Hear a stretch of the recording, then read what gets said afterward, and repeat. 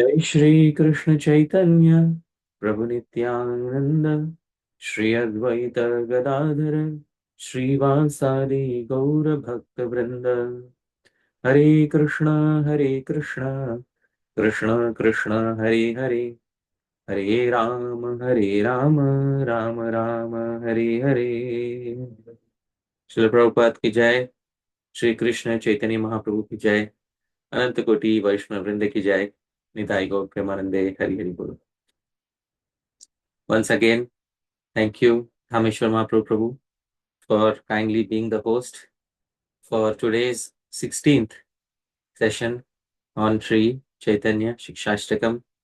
I'm very thankful for your kindness and friendship, and I'm also very thankful to all the wonderful devotees who have joined this particular session and who have been following this series of talks on Shri Caitanya-Siksastakam, whether live or whether through a recording.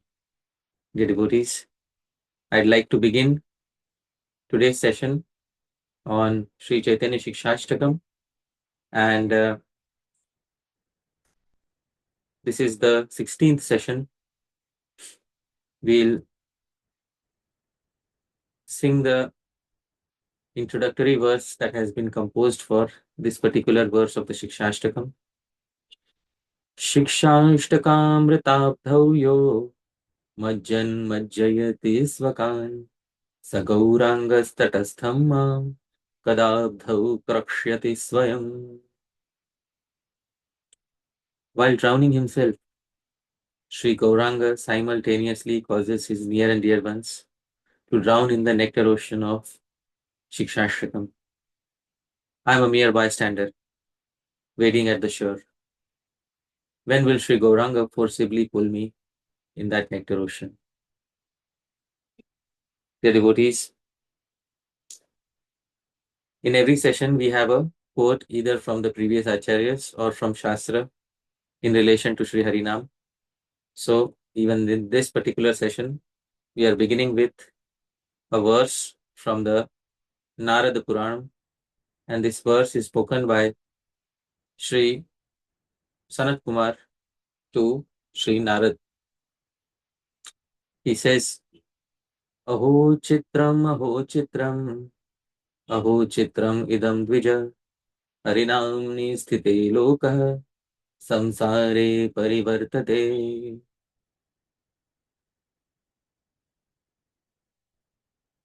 Dvija, O twice born one, O Narad Muni. Aho chitram, what wonder. Aho chitram, what wonder. Aho chitram, what wonder it is that Harinamni sthite, even though Harinam is situated in this world, Lokaha samsare parivartate, people are still returning back to material existence. So this is a very nice verse that one of the four Kumars, Sanaka Muni, is speaking to Sri Narada Muni. And this verse is in the Narad Puran, Purva Bhag. It is in the first half, 34th chapter, verse number 48. Dear devotees, we are continuing our study of the first verse, and I'll sing the first verse and then we'll continue from where we left off last time. Cheto darpanamarjanam bhavamaha Dāvagni nirvapanam Shreya kairava chandrika vitaranam Vidyavadhu jivanam Anandambudhivardhanam pratipadam Purnamrita swadanam Sarvatmasnavanam param vijayate Śrī-krsṇa-saṅkīrtanam. Devotees, this verse was originally compiled in Sri Padyavali by Srila Rupa Goswami, and from the Padyavali it was incorporated into Sri Caitanya Charitamritam Antyalila, the 20th chapter, which describes the Siksastakam prayers. Dear devotees, we had discussed Sarvatma Snapanam last time and concluded the discussion on Sarvatma Snapanam. And we discussed how the principle of Bhakti Ras thoroughly cleanses and thoroughly nourishes the body, the mind, the intelligence, and the very self of the living entity. Because not only do we need a bath, a cleansing bath, but we also need an abhishek. Abhishek means complete nourishment through various nectarian liquids. Abhishek. So that is the requirement of the jiva. Not just cleansing, but also complete nourishment. So that is what a good bath is. A good bath not only cleanses us, but also nourishes our body and refreshes our mind. So dear devotees, Snapanam, Sarvatma Snapanam. We saw how Atma, the term Atma refers not only to the body, but also the mind, the senses, and Snapanam, cleansing and nourishment of the body, mind, senses, and the very self. Now, dear devotees, we are describing the main noun of the verse. Paraṁ vijayate śrī-kṛṣṇa-saṅkīrtanam. The main noun is śrī-kṛṣṇa-saṅkīrtanam, and every sentence needs at least one verb. Without a single verb, a sentence is not truly complete. So this entire verse is like a sentence, and vijayate is the verb in the sentence. So vijayate acts as the verb, and param, adds to the meaning of the verb. Param vijayate, supremely victorious, is Shri-Krishna-Sankirtanam. Dhāmeśvara Mahāprabhu, can you kindly read the Anvay? It cleanses the mirror of the consciousness, eradicates the massive wildfire of material existence, causes a moonlight diffusion that blooms the night water lily of all-round auspiciousness, becomes the life and soul of the newlywed bride of all divine knowledge, swells the ocean of joy, causes an experience of complete nectarian bliss in each successive syllable as well as word, and thoroughly cleanses the entirety of oneself. That entity named Śrī-kṛṣṇa-Saṅkīrtanam reigns supremely victorious. So this is the translation arranged in proper sequence. Now, dear devotees, Param vijayate Śrī-kṛṣṇa-saṅkīrtanam. We are on the final phrase of the verse. Śrī-kṛṣṇa-saṅkīrtanam is Param, supremely vijayate. It is victorious. We understand the phrase again, although we had discussed this in the beginning of the verse, but we are understanding it again now. Sri Vir Chandra Goswami, in his Rasika Rangada commentary, he says, Param utkrishtam yatha syat tatha Shri Krishnasya tannamnah sankirtanam samyak uccharanam vijayate vishishtataya sarvotkarshena vartate. The sankirtanam, that is complete utterance, samyak uccharanam.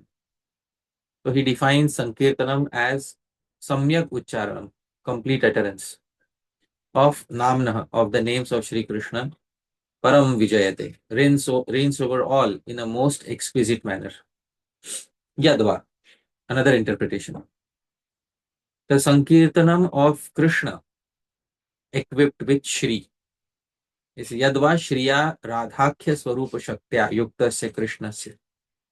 So Shri Krishna Sankirtanam refers to Sankirtan of Krishna along with Shri. So along with the Swarup Shakti named Shri Radha, and therefore this Sankirtan reigns on top of all other forms of Sankirtan. There may be many varieties of Sankirtan where Shri Krishna is glorified alone, but Shri Krishna Sankirtanam, where Krishna is glorified with Shri Radha, that Sankirtanam is supremely victorious. especially in this age of Kali.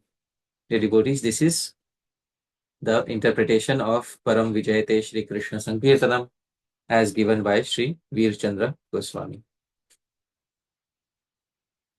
Furthermore, Srila Bhakti Siddhanta Saraswati Goswami Maharaj Prabhupada, in his Anubhashya, he says, Param Kevalam Advitiyam śrī-kṛṣṇa-saṅkīrtanam vijayate sarvotkarshena vartate.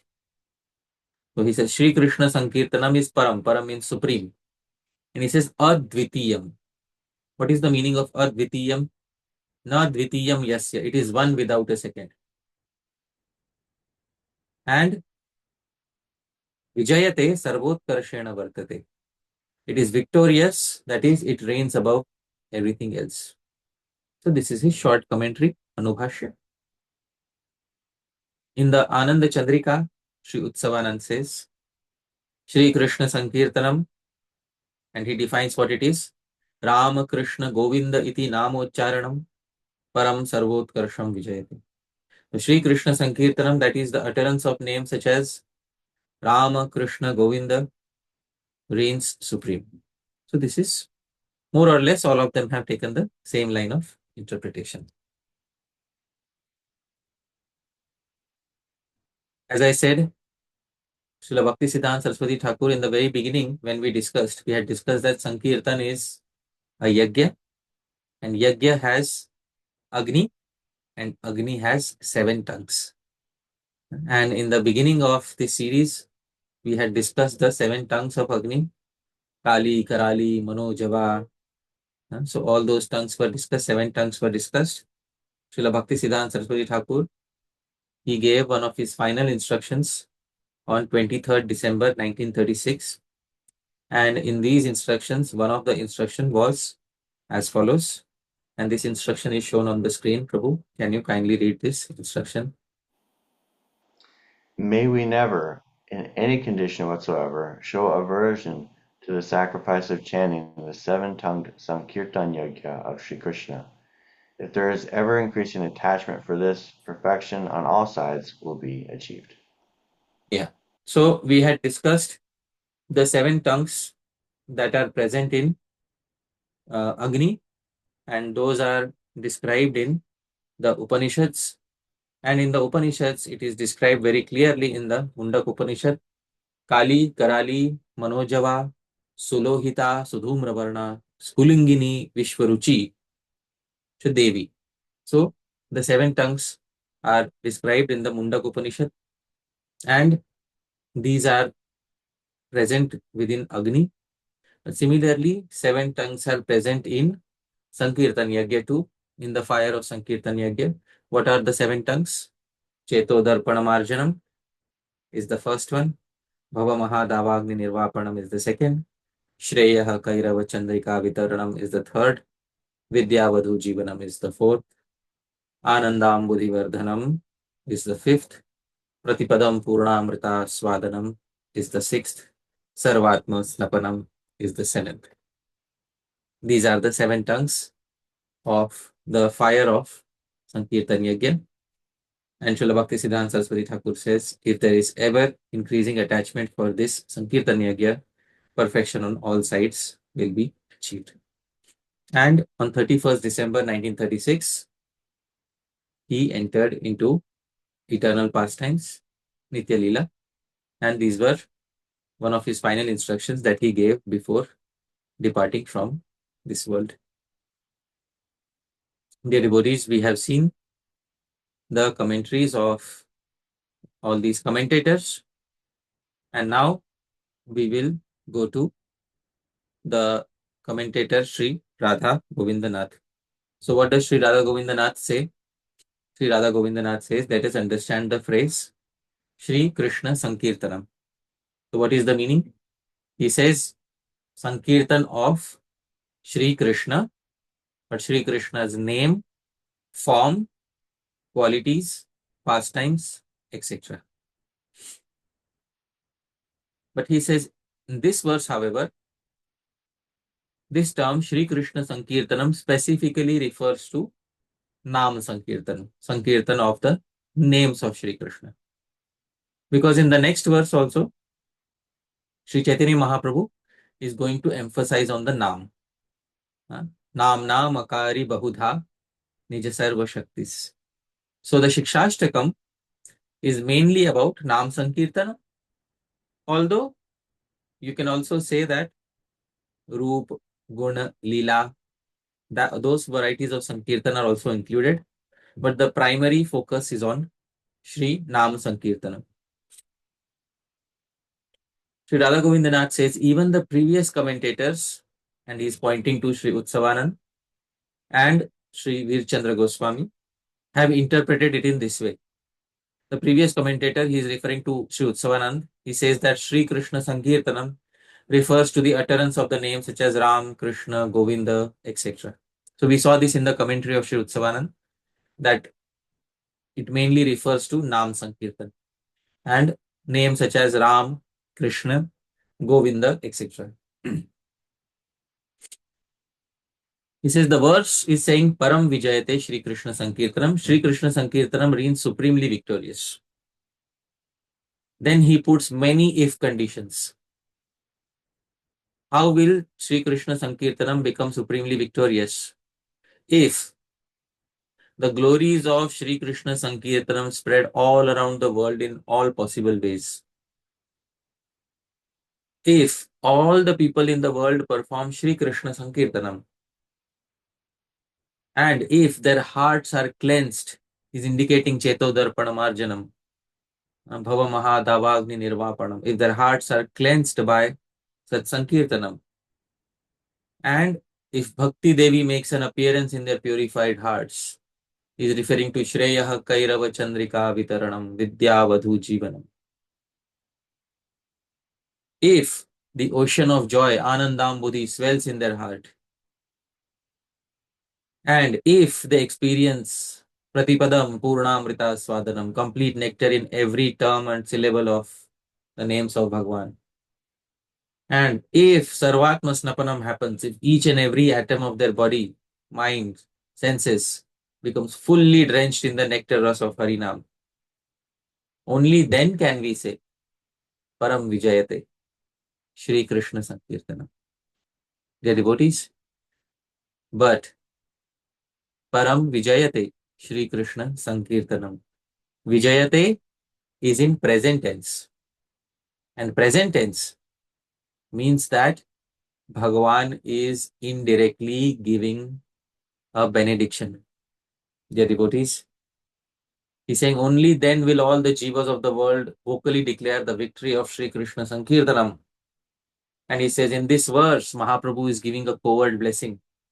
Param vijayate, it is already victorious. He is giving a blessing. Just like Bhagavan Shri Krishna gave a blessing in the Bhagavad Gita. He told Arjuna, everyone is already killed. Nimitta matram, bhavasarvya sachi. You only become the instrumental cause of their killing. I have already killed them. So Param vijayate, Śrī-kṛṣṇa-sankirtanam is already victorious. Dear devotees, you become the instrumental cause and make sure that all the living entities are able to achieve all these results through the execution of Sankirtan. So dear devotees, similarly, like Srila Prabhupada, he used to say already all the temples are created and the devotees are there. It is only a matter of time. So Vijayate, it is already victorious, supremely victorious, Param Vijayate. So this is a blessing by Sri Caitanya Mahaprabhu that Śrī-kṛṣṇa-sankirtanam is already victorious. You just have to go and play your part in it. That's all. So that is the covert hidden meaning of Param Vijayate Śrī-kṛṣṇa-sankirtanam. This is where his commentary on the first verse of Shri Siksastakam ends. Dear devotees, we also don't have much further commentary by Sri Kanupriya Goswami, and his commentary has also ended. So dear devotees, we'll begin now diving deeper into Śrī-kṛṣṇa-sankirtanam. First and foremost, let us understand what is Kirtanam and Sankirtanam. Sri Rupa Goswami has described the term Kirtanam in Bhakti Rasamrita Sindhu. Although we have done some of this in the Upadeshamritam series, but since we are discussing Kirtanam again from the beginning, therefore I am once again doing a repetition of some of the concepts. What is the definition of Kirtanam? Sri Rupa Goswami, he describes the 64 limbs of Sadhan Bhakti in the Bhakti Rasamrita Sindhu, and one of the limbs is Kirtanam, and Sri Rupa Goswami's definition is in front of us. Nam Leela Gunadinam Uchchair Bhasha tu Kirtanam. Uchchair Bhasha, audible utterance of Nam, of the name, Leela, qualities, Gunadinam, qualities, pastimes. So Leela is pastimes and Guna is quality. So audible utterance of name, qualities, pastimes, etc. Adi. Of whom? Of Bhagavan or even of his associates is known as Kirtanam. Why did I include even his associates? Because it should only be Bhagavan's name, qualities, pastimes, etc. No. Because if we have only Bhagavan, then how will we have Sri Radha? Because Sri Radha is associate of Bhagavan. So,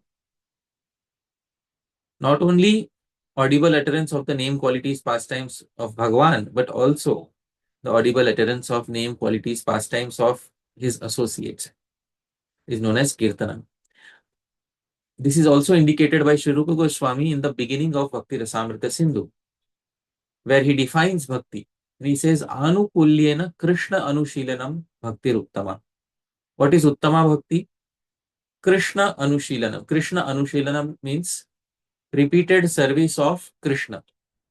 Sri Jiva Goswami says in the commentary, not only repeated service of Krishna, but repeated service of any entity related to Krishna is also Bhakti. For example, wearing the garland of Shri Krishna, wearing the garland that Shri Krishna has worn is Bhakti. But wearing the garland that a devotee has worn is also Bhakti. So both are Bhakti, they are devotees. And serving the lotus feet of Bhagavan Shri Krishna is Bhakti. Serving the lotus feet of Shri Guru is also Bhakti. Similarly, Kirtan of Krishna is Bhakti. Kirtan of Krishna's associates is also Bhakti.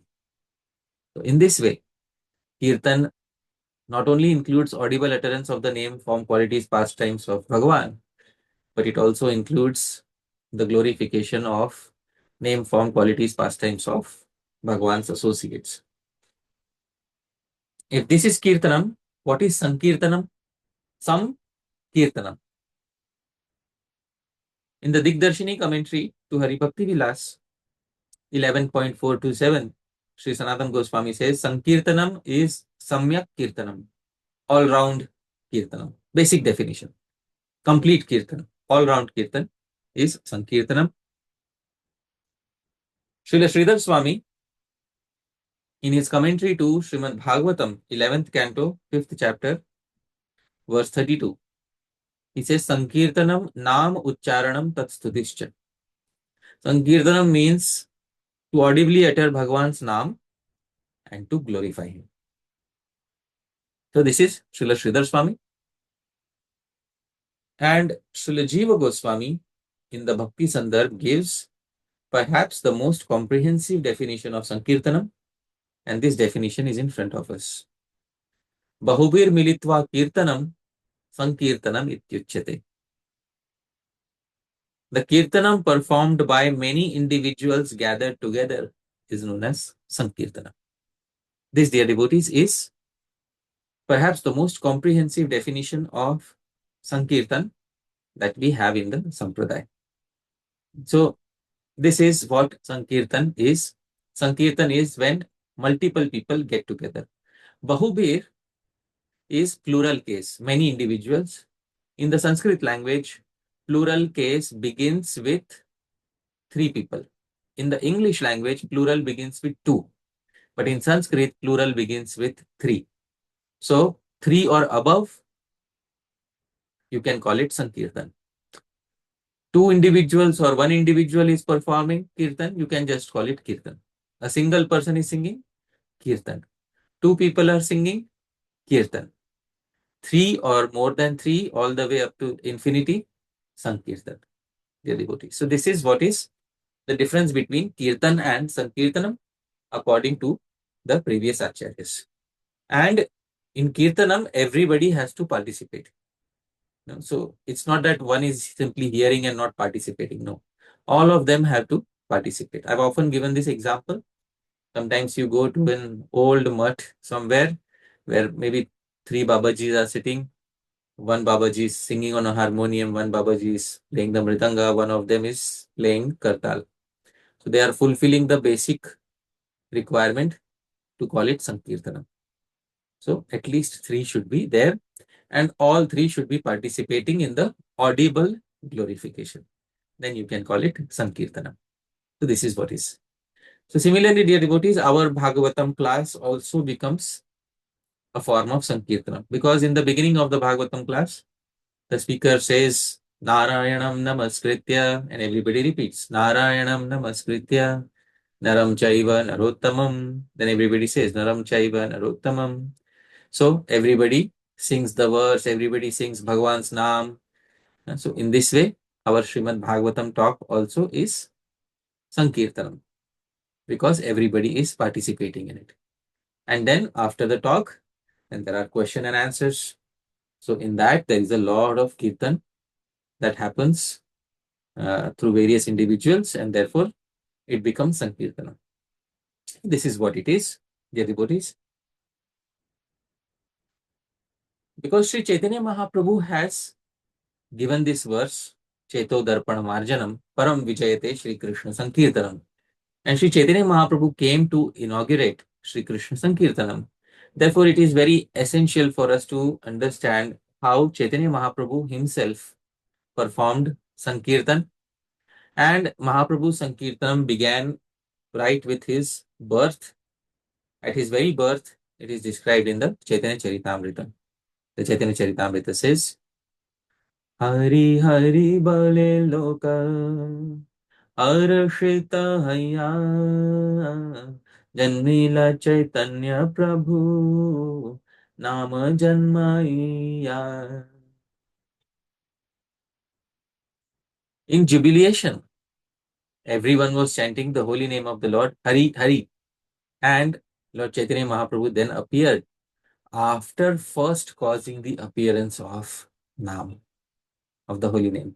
So dear devotees, first, before Bhagwan appeared, Bhagwan caused his Nam, Sankirtan, to appear in the residence of Navadvip, because it was a lunar eclipse and everybody was chanting Harinam. And at that time, Sri Chaitanya Mahaprabhu appeared in this world. So first he caused Sankirtan to descend before him, and then he himself descended. So dear devotees, Sri Chaitanya Mahaprabhu's descent was preceded by the descent of Harinam Sankirtanam, and this is the first instance of Sankirtanam that was performed by Sri Chaitanya Mahaprabhu right at his very birth. So he caused the residents of Navadvip to sing Harinam Sankirtan, and this is the first instance of Sankirtanam right at his birth. Dear devotees, then when he grew up, then when he became more and more influenced with Sankirtanam, externally he appeared to be Nimai Pandit first, very learned Pandit, and gradually he became influenced by Vaishnavism.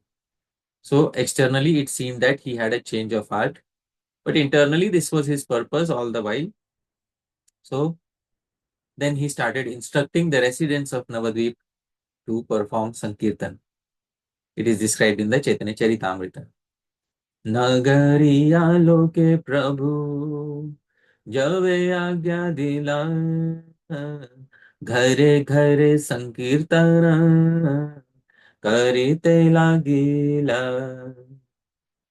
When Mahaprabhu ordered the residents of Navadvip, and then he personally began to perform Sankirtan at each and every home.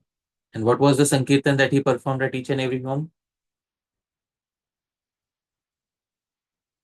Haraye Namah Krishna Yadavaya Namah Gopala Govinda Rama Shri Madhusudana. So this was the Sankirtan that he asked everyone to perform. So dear devotees, Sankirtan means you sing Naam of Bhagwan. And Naam means any Mukhya Naam. Mukhya Naam means any Naam of Bhagwan which is related directly to the qualities, pastimes of Shri Krishna. So all of these names are directly related to qualities and pastimes of Shri Krishna. And Haraye Namah Krishna Yadavaya Namah Gopal Govinda Ram Shri Madhusudan. So this is what Shri Chaitanya Mahaprabhu instructed the residents of Navadvip. At another instance, when he was in southern part of India, Shri Chaitanya Mahaprabhu came across a Buddhist teacher who was accompanied by his students. And Shri Chaitanya Mahaprabhu had a logical debate with the Buddhist teacher. And the Buddhist teacher found it very difficult to defeat the arguments of Shri Chaitanya Mahaprabhu, because Shri Chaitanya Mahaprabhu was very learned in Nyaya Shastra. Then there was some mischief that he offered a plate of non-eatables, something which cannot be eaten, to Chaitanya Mahaprabhu. Suddenly, a bird came and swooped on the plate, took the plate high up in the air, and made it fall on the head of the Buddhist teacher. And the Buddhist teacher fell unconscious. After that, Sri Chaitanya Mahaprabhu understood what had happened. So he mercifully told the students of that Buddhist teacher, Toma sabar guru tabe पाइबे चेतना सब बौद्ध मिली करे कृष्ण संकीर्तन. By this method, your spiritual master will regain consciousness. Following Chaitanya Mahaprabhu's advice, all the Buddhist disciples began to chant the holy name of Krishna congregationally. And when they chanted the names of Krishna, what were the names that they chanted? Guru karne kahe sabe Krishna Ram Hari चेतन पाया आचार्य बोले Hari Hari. When all the disciples chanted the holy names Krishna, Ram and Hari, the Buddhist teacher regained consciousness and immediately began to chant the holy name of Sri Hari. So this was because of the influence of Sri Chaitanya Mahaprabhu that everybody was influenced to chant Bhagwan's name. Dear devotees, on another instance where Chaitanya Mahaprabhu was about to depart to southern part of India, at that particular point of time, it is described in the Chaitanya Charitamrita. Matta Simha Pray Prabhu Karila Gamana Prema Vishe Jai Kari Nam Sankirtana. Almost like a mad lion, Sri Chaitanya Mahaprabhu went on his tour filled with ecstatic love and performing Sankirtan, chanting Krishna's names as follows. So which mantra did he chant when he was going to southern part of India? What Sankirtan did he perform? Krishna, Krishna, Krishna, Krishna, Krishna, Krishna, Krishna, He. Krishna, Krishna, Krishna, Krishna, Krishna, Krishna, Krishna, He. Krishna, Krishna, Krishna, Krishna, Krishna, Krishna, Pahi Ma. Ram Raghav, Ram Raghav, Ram Raghav Rakshama. Krishna Keshava, Krishna Keshava, Krishna Keshava Pahi Ma. Ram Raghav, Ram Raghav, Ram Raghav Rakshama. This, dear devotees, was the Sankirtan that Sri Chaitanya Mahaprabhu was performing. Surprisingly, we have not yet heard any instance of Sri Chaitanya Mahaprabhu performing Hare Krishna, Krishna Krishna, Hare Hare, Hare Ram, Ram Ram, Hare Hare. But the Nam Sankirtan that Chaitanya Mahaprabhu often performed is in front of us. Hare Namah, Krishna Yadavaya Namah, Gopal Govinda Ram, Shri Madhusudan, Ram Raghava, Ram Raghava, Ram Raghava, Rakshamam, Krishna Keshava, Krishna Keshava, Krishna Keshava, Pahimam. So this is something which is very instructive for all of us. When we are performing Śrī-Kṛṣṇa-Saṅkīrtanam, we should not restrict ourselves only to a particular set of Nam, because Sri Chaitanya Mahaprabhu and our previous acharyas have not restricted themselves to a particular Nam. They have given various names of Shri Krishna that we can use to perform Śrī-Kṛṣṇa-Saṅkīrtanam. And in the next verse itself, it will be said, Nam Nam Akari. Nam Nam is plural names. In all the names, Nam Nam Akari Bahudha Nija Sarva Shaktis. So many names of Krishna can be employed in Sankirtan. In this way, dear devotees, we should not restrict ourselves to performing Sankirtan only of a particular set of names. Although if a particular set of names is our Swapriyanam, the names which are dear to us, dear most to us, then we can perform Sankirtan of those particular names. But Sri Chaitanya Mahaprabhu did not keep any such restriction as to which names you can perform Sankirtan of. Therefore, Gaudiya Vaishnavas, they perform Sankirtanam of all the various chants that were given by the previous acharyas. Even Srila Bhaktivinoda Thakur Maharaj, he has composed a song, Jai Radha Madhava Kunja Bihari. This is Sankirtan. Gopi Jana Vallabha Girivaradhari Yashodanandana Braja Jana Ranjana Yamunatira Vanachari. Sankirtan. Also, Vibhavari Shesha Aloka Pravesha. That song has so many names of Krishna. Bolo Hari Hari Mukunda Murari Rama Krishna Hayagriva. So, our acharyas themselves have not kept themselves restricted to a particular set of names. They have chanted various names which are dear to their heart. This is the principle of Swapriyanam. Because many times there is a misconception that you should not chant any other Naam, you should only chant Mahamantra. So this misconception should not be within our heart. Alright, dear devotees, so we can perform Sankirtan of various names of Bhagwan, especially the names which have been given by the previous acharyas. So those names, we can repeatedly perform Sankirtan of, and especially if there are any names which are dear to oneself, Swapriyanam. So this is very important. Now this was Nam Kirtan. The previous acharyas have also given Rupa Kirtanam. What is Rupa Kirtanam? Glorification of Bhagwan's form. Dear devotees, wonderful example of Rupa Kirtanam has been given by Srila Rupa Goswami Prabhupada in his Padyavali. In the Padyavali, Sri Rupa Goswami is describing the wonderful form, Rupa, of Shri Krishna in a verse. Although this verse is dhyan, it is technically a meditation, but you can also sing it and turn it into kirtan. So you can sing it to others and you can turn it into kirtan. This verse is in the meter Shardula Vikriditam, same as Shad Goswami Ashtakam. I'll sing it, dear devotees.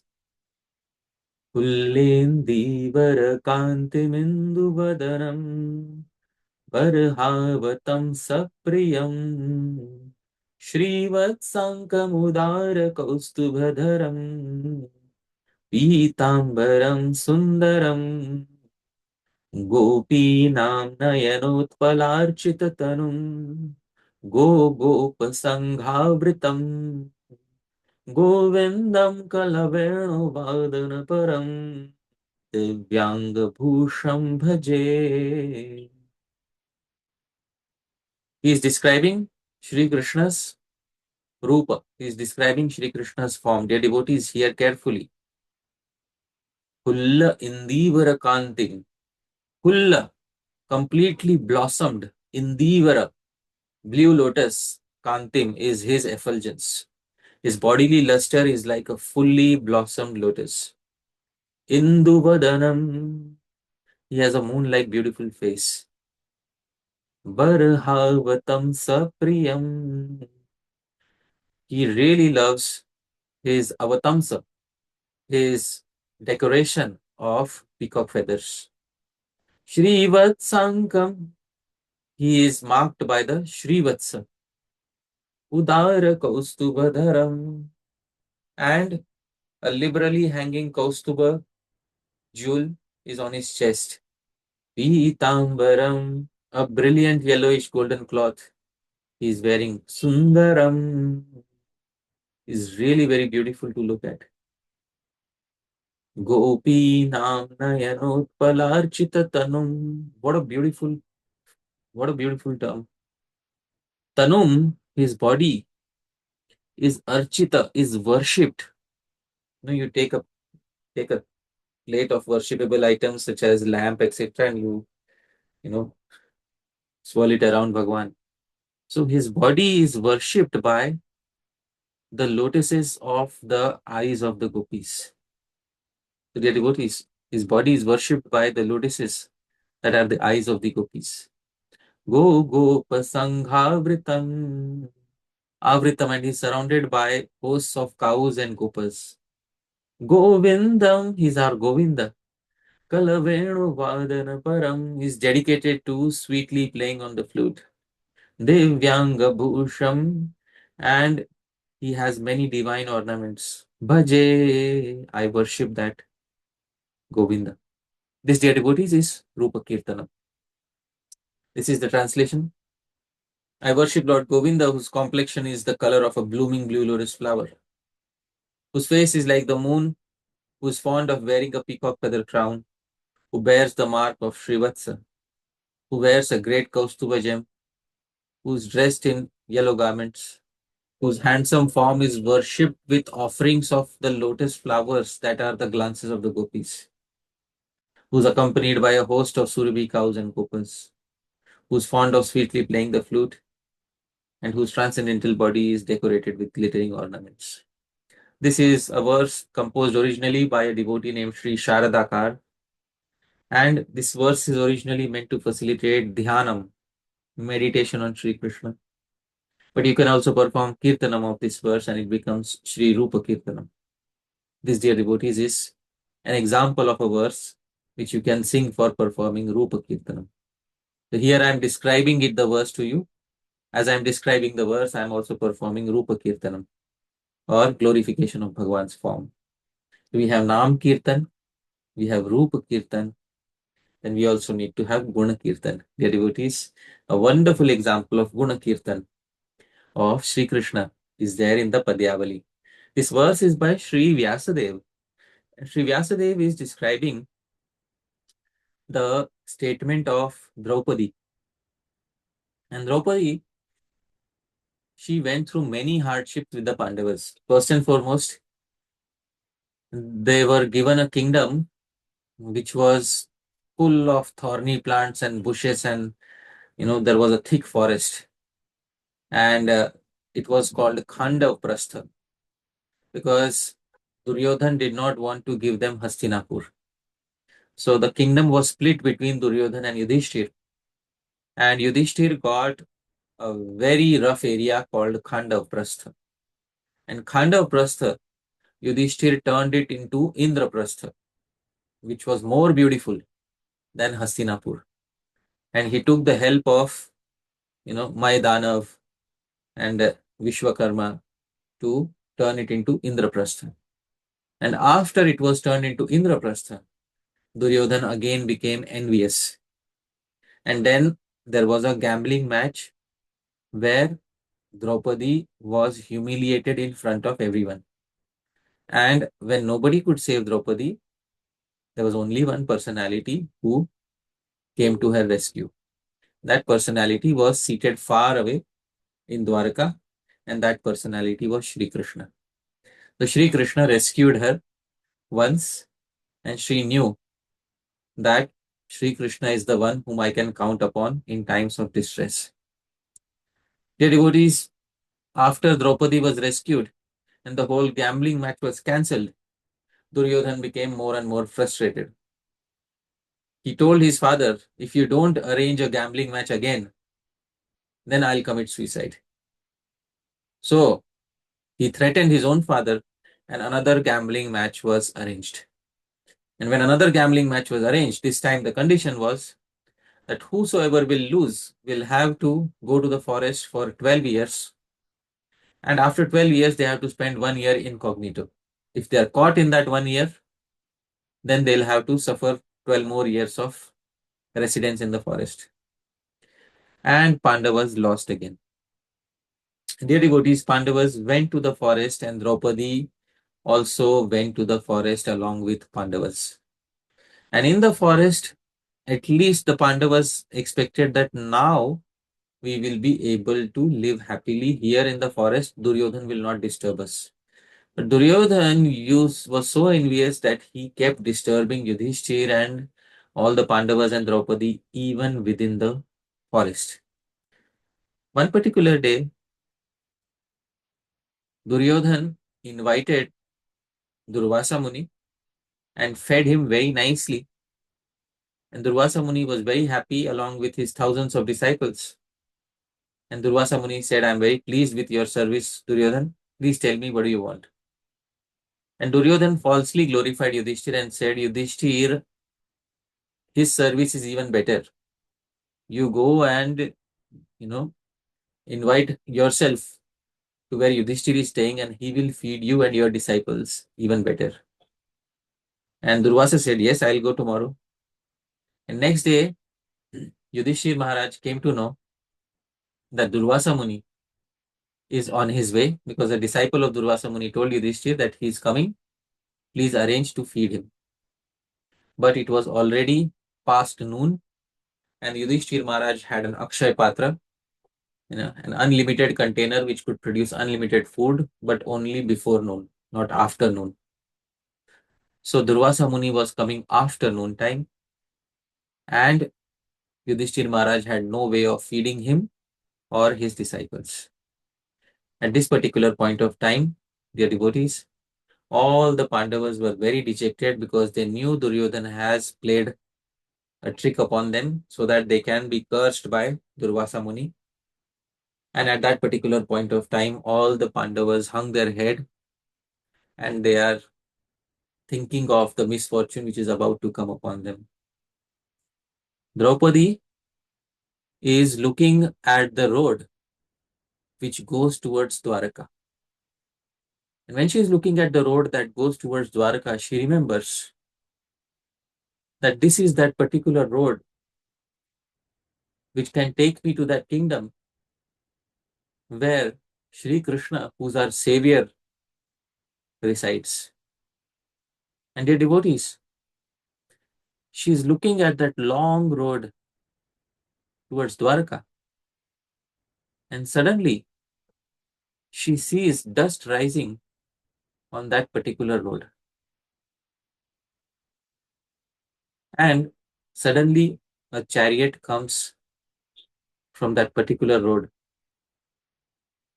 And then she sees that from that chariot, Bhagwan Shri Krishna himself has come. At that particular moment, Draupadi performs Guna Kirtanam of Bhagwan. This verse is in the meter Malini. Tamasira viri bodhyam majjatama plavana plava iva trashitana svaduvarshiva megha nidhiriva nidhanana tivra dukkha mayana bhishagiva kushalam no Datumayati Shauri. Tamasi, in the middle of the night, Dhāmeśvara Mahāprabhu, in the middle of the night, does the sun rise? No. No.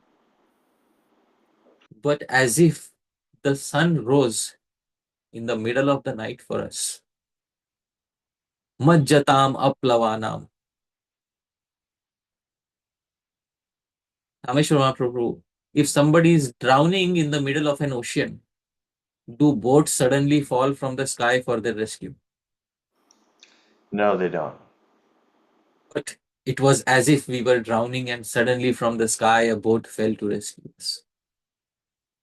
Trishitana swadumar shiva megha.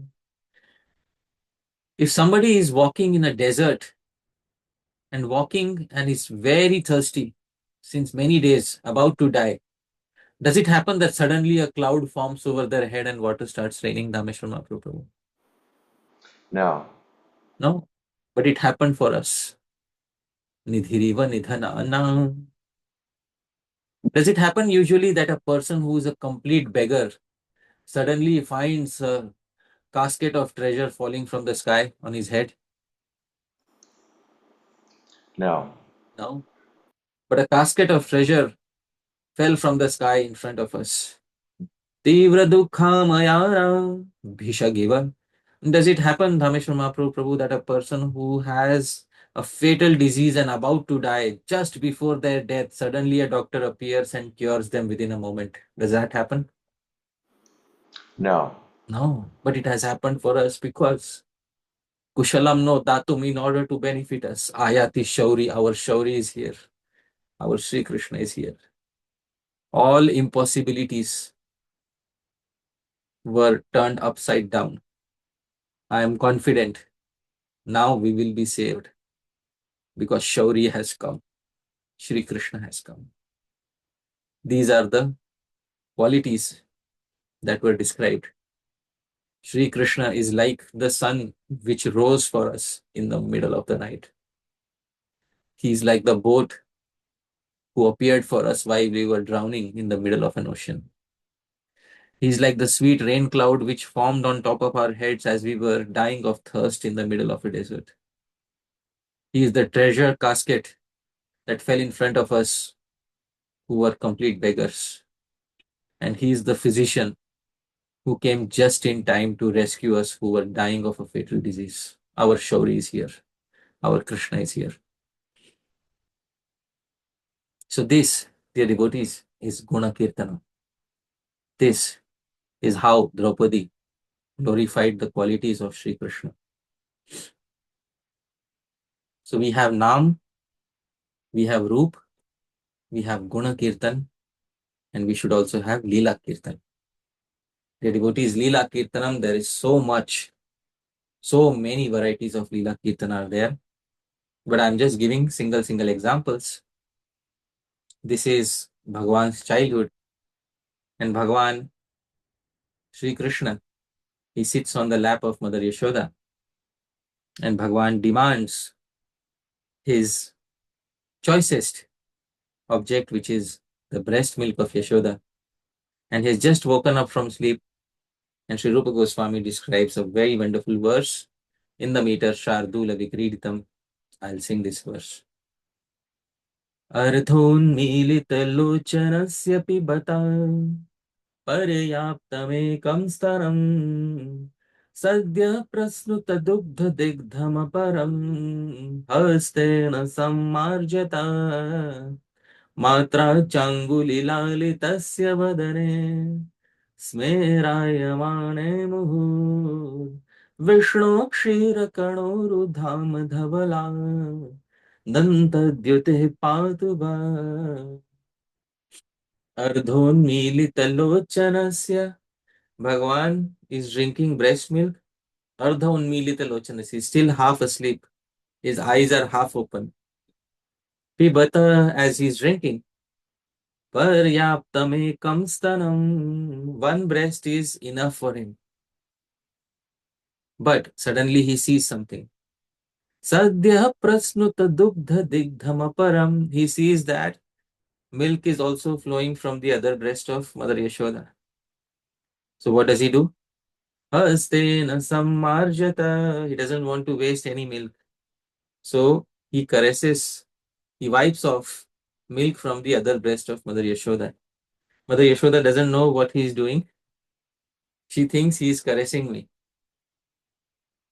So Matra Changuli Lalitasya, she also caresses him. And what does she do? She puts her fingers under his chin. Badane. When she does that, Smerayamane, suddenly he smiles. When he smiles, there are only two teeth, dear devotees. So his two teeth become visible. Muhur Vishnu Kshira Kanoru Dhama Dhavala. These two teeth are whiter than the milk ocean. Danta Dyuti, may the effulgence of these teeth Patuva protect all of you, dear devotees. This, dear devotees, is Leela Kirtanam. Bhagavan's small pastime with Mother Yashoda. While drinking Mother Yashoda's breast milk with half-closed eyes, it was clear that one breast was sufficient for him. However, he saw milk dripping from the other breast and tried to wipe it off with his hands. Mother Yashoda too reciprocated by caressing his chin with her fingers, and he suddenly smiled to reveal his white teeth. May the effulgence of these teeth that are whiter than the milk ocean protect all of you. This is the verse in the Padyavali. Original author is Sri Mangala, and it is compiled by Sri Rupa Goswami in the Padyavali. Naam Kirtan, Rupa Kirtan, Guna Kirtan, Lila Kirtan. And then we have Adi, etc. Etc. also includes the associates of Krishna.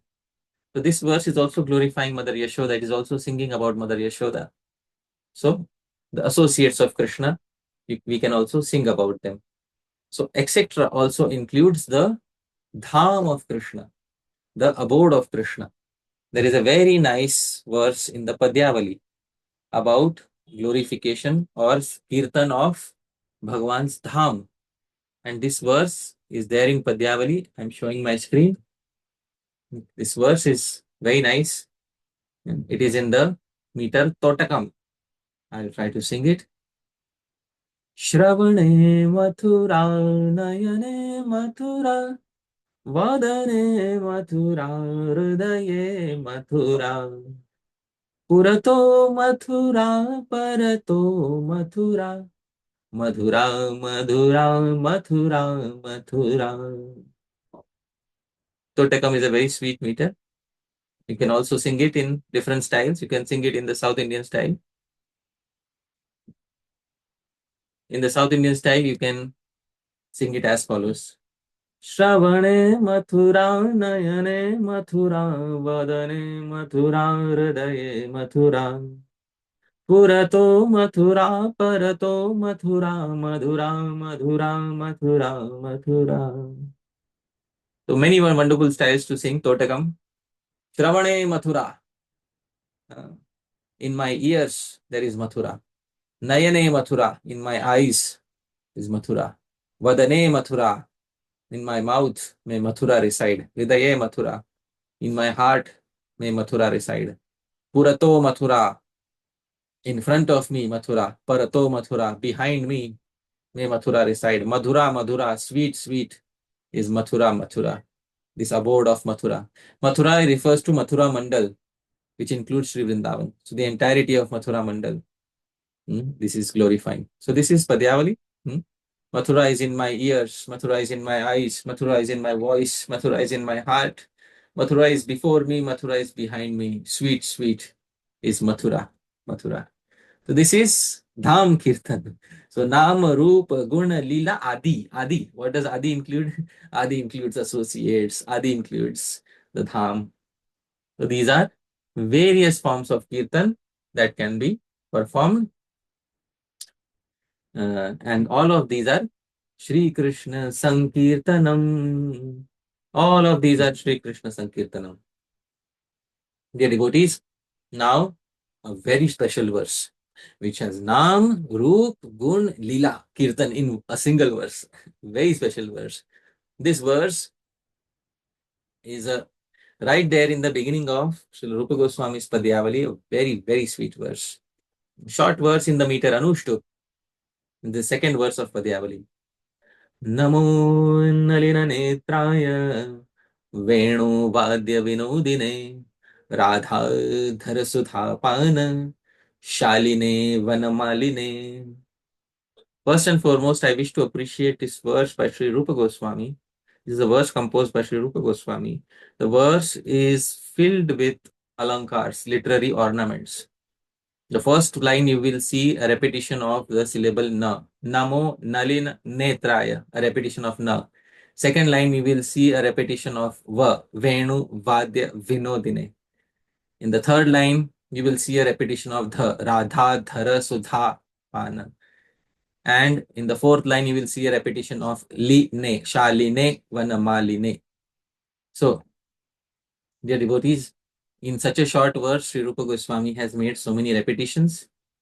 But even sweeter than that is the kirtanam that is performed in the verse. Namo Nalina Netraya Nama, obeisances to the lotus-eyed one. This, dear devotees, is Rupa Kirtan, describing Bhagwan's form. Venu Vadya Vinodine, obeisances to him who delights, Vinodi, in playing the flute. This is his guna, because Krishna's qualities, there are four special qualities, and one of them is Venu Madhuri. So Venu Vadya Vinodine. So this is Guna Kirtan.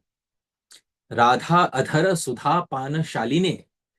And he who is Shalin, Shalin means he who is expert in Pana, in drinking the Sudha, the nectar of Adhara, of the lower lip of Sri Radha.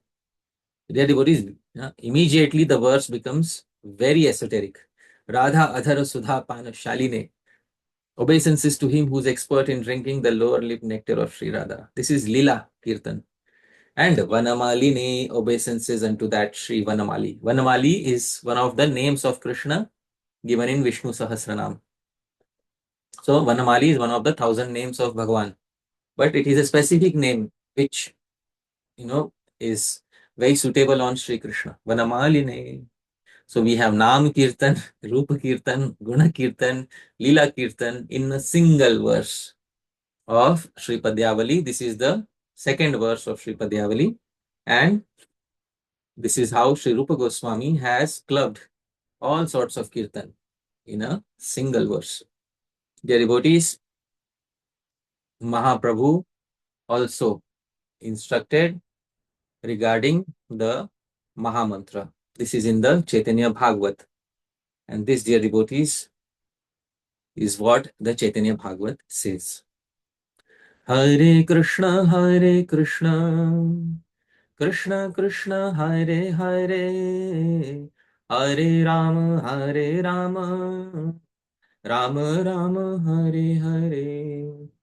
Prabhu kahe lam, e Mahamantra, iha jap giya sabe, kariya nirbandha, iha haite zarva siddhi, haive sabar, sarvakshana bala ithe, vidhi nahi aar. Chaitanya Bhagavat, Madhya Khand 23.76 to 78. Mahaprabhu said, Kahilam a Mahamantra. I am giving you this Mahamantra. And what is that Mahamantra? Hare Krishna, Krishna Krishna, Hare Hare, Hare Ram, Ram Ram, Hare Hare. Iha Japa Giya Sabe. Giya Sabe, all of you go home and Japa. Perform Japa of this mantra. But Kariya Nirbandha. You take a vow. Nirbandha means you take a vow. And iha haite sarva siddhi haibe sabar. By this mantra, you will receive all perfections of life. So, sarvakshana bala. So, continue to chant incessantly. Ithe vidhi nahi aar. Because there are no rules and regulations in regards to such chanting. Dear devotees, this is perhaps one of the places where Sri Chaitanya Mahaprabhu clearly instructs the residents of Navadvip to chant the Hare Krishna Mahamantra. But this is a point which is contentious because Chaitanya Mahaprabhu here said, Iha Japa, perform Japa of this mantra.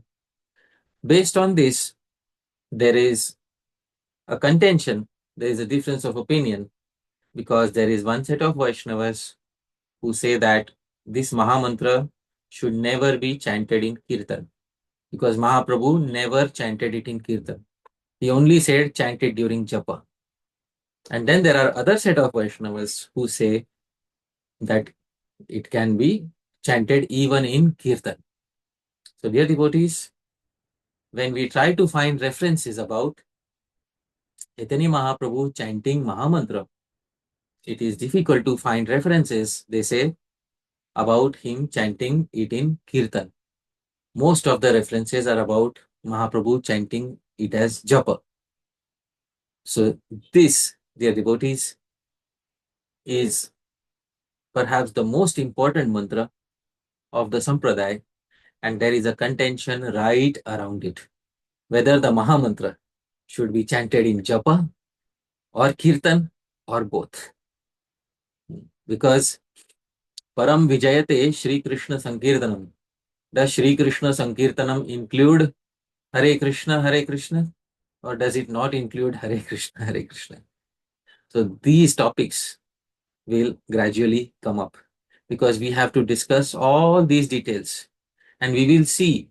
I will also respectfully name all the personalities who are on both sides, and without without slinging any mud on any personalities, I will just describe what they are saying, but not this time. We will do that next time, and we will try to arrive at a siddhanta. We will try to arrive at a conclusion. Can the Mahamantra be a part of Śrī-Kṛṣṇa-Saṅkīrtanam, or is the Mahamantra not a part of Śrī-Kṛṣṇa-Saṅkīrtanam? I'd like to leave you with a cliffhanger at this point, dear devotees. Yadatra skhalitam kinchit vidvam sah purayantu tat. Yadatra saushavam kinchit tad guroreva me nahi.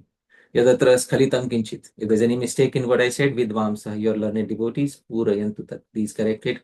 Yadatra saushavam kinchit. But if there's anything nice, please remember, tad guroreva. It belongs to my Guru Janas. May nahi. It doesn't belong to me. Thank you very much, dear devotees. Jagat Guru Srila Prabhupada ki jai. Shad Goswami Gan ki jai. Anant Koti Vaishnav Vrinda ki jai. Shri Krishna Chaitanya Mahaprabhu ki jai. Nitai Gaur Premanande Hari Hari. Hare Krishna. Hare Krishna. Thank you so much, dear Hari Parsha Prabhu. I mean, what a wonderful class. And we did 16 classes on the first verse. That is really amazing. Just so much detail. And it's so wonderful because we can recite these verses for years and it becomes kind of mechanical. But then when you dive in, you realize just in this single verse, and you really brought that out. So we're very grateful. Thank you, Prabhu. Thank you very much. We're going to go now to questions and answers. Please keep your questions focused on today's class. We want to leave time for everyone to ask a question. So we request that you don't ask multiple questions one after another, but just one at a time and then get back in line. We want to avoid loaded questions about people and institutions and just keep it philosophical. Keep it, don't touch that right there. Keep it non-political is a good word. I think when you say informal, maybe you mean non-political. Yes. And if there are very precise questions that would require some research, it would be better suited for the WhatsApp group.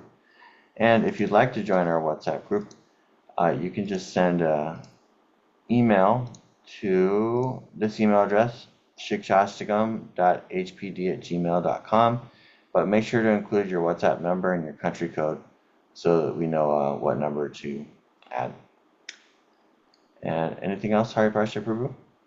Yeah, one thing is devotees will already start taking sides. No, we can chant it in Kirtan, we cannot chant it in Kirtan. So I'd request devotees to please wait, because when I'm representing a particular side, I will represent a particular side as if I am speaking on their behalf. Sometimes, we already have the conclusion in our minds, and then we say, oh, no, this is what we should be doing. But we should patiently hear out the other side, because it is Vedic culture to patiently hear out a Purva Paksha, a particular argument coming from a side. So without jumping to conclusions, we'll gradually go through it in the subsequent sessions. So that is what I'd like to say at this particular point of time. So let's begin the Q&A. We can, Rameshwar Mahaprabhu, you can decide. One thing, sometimes a particular participant has raised their hand for long, but somebody raises their hand later because alphabetically they come first.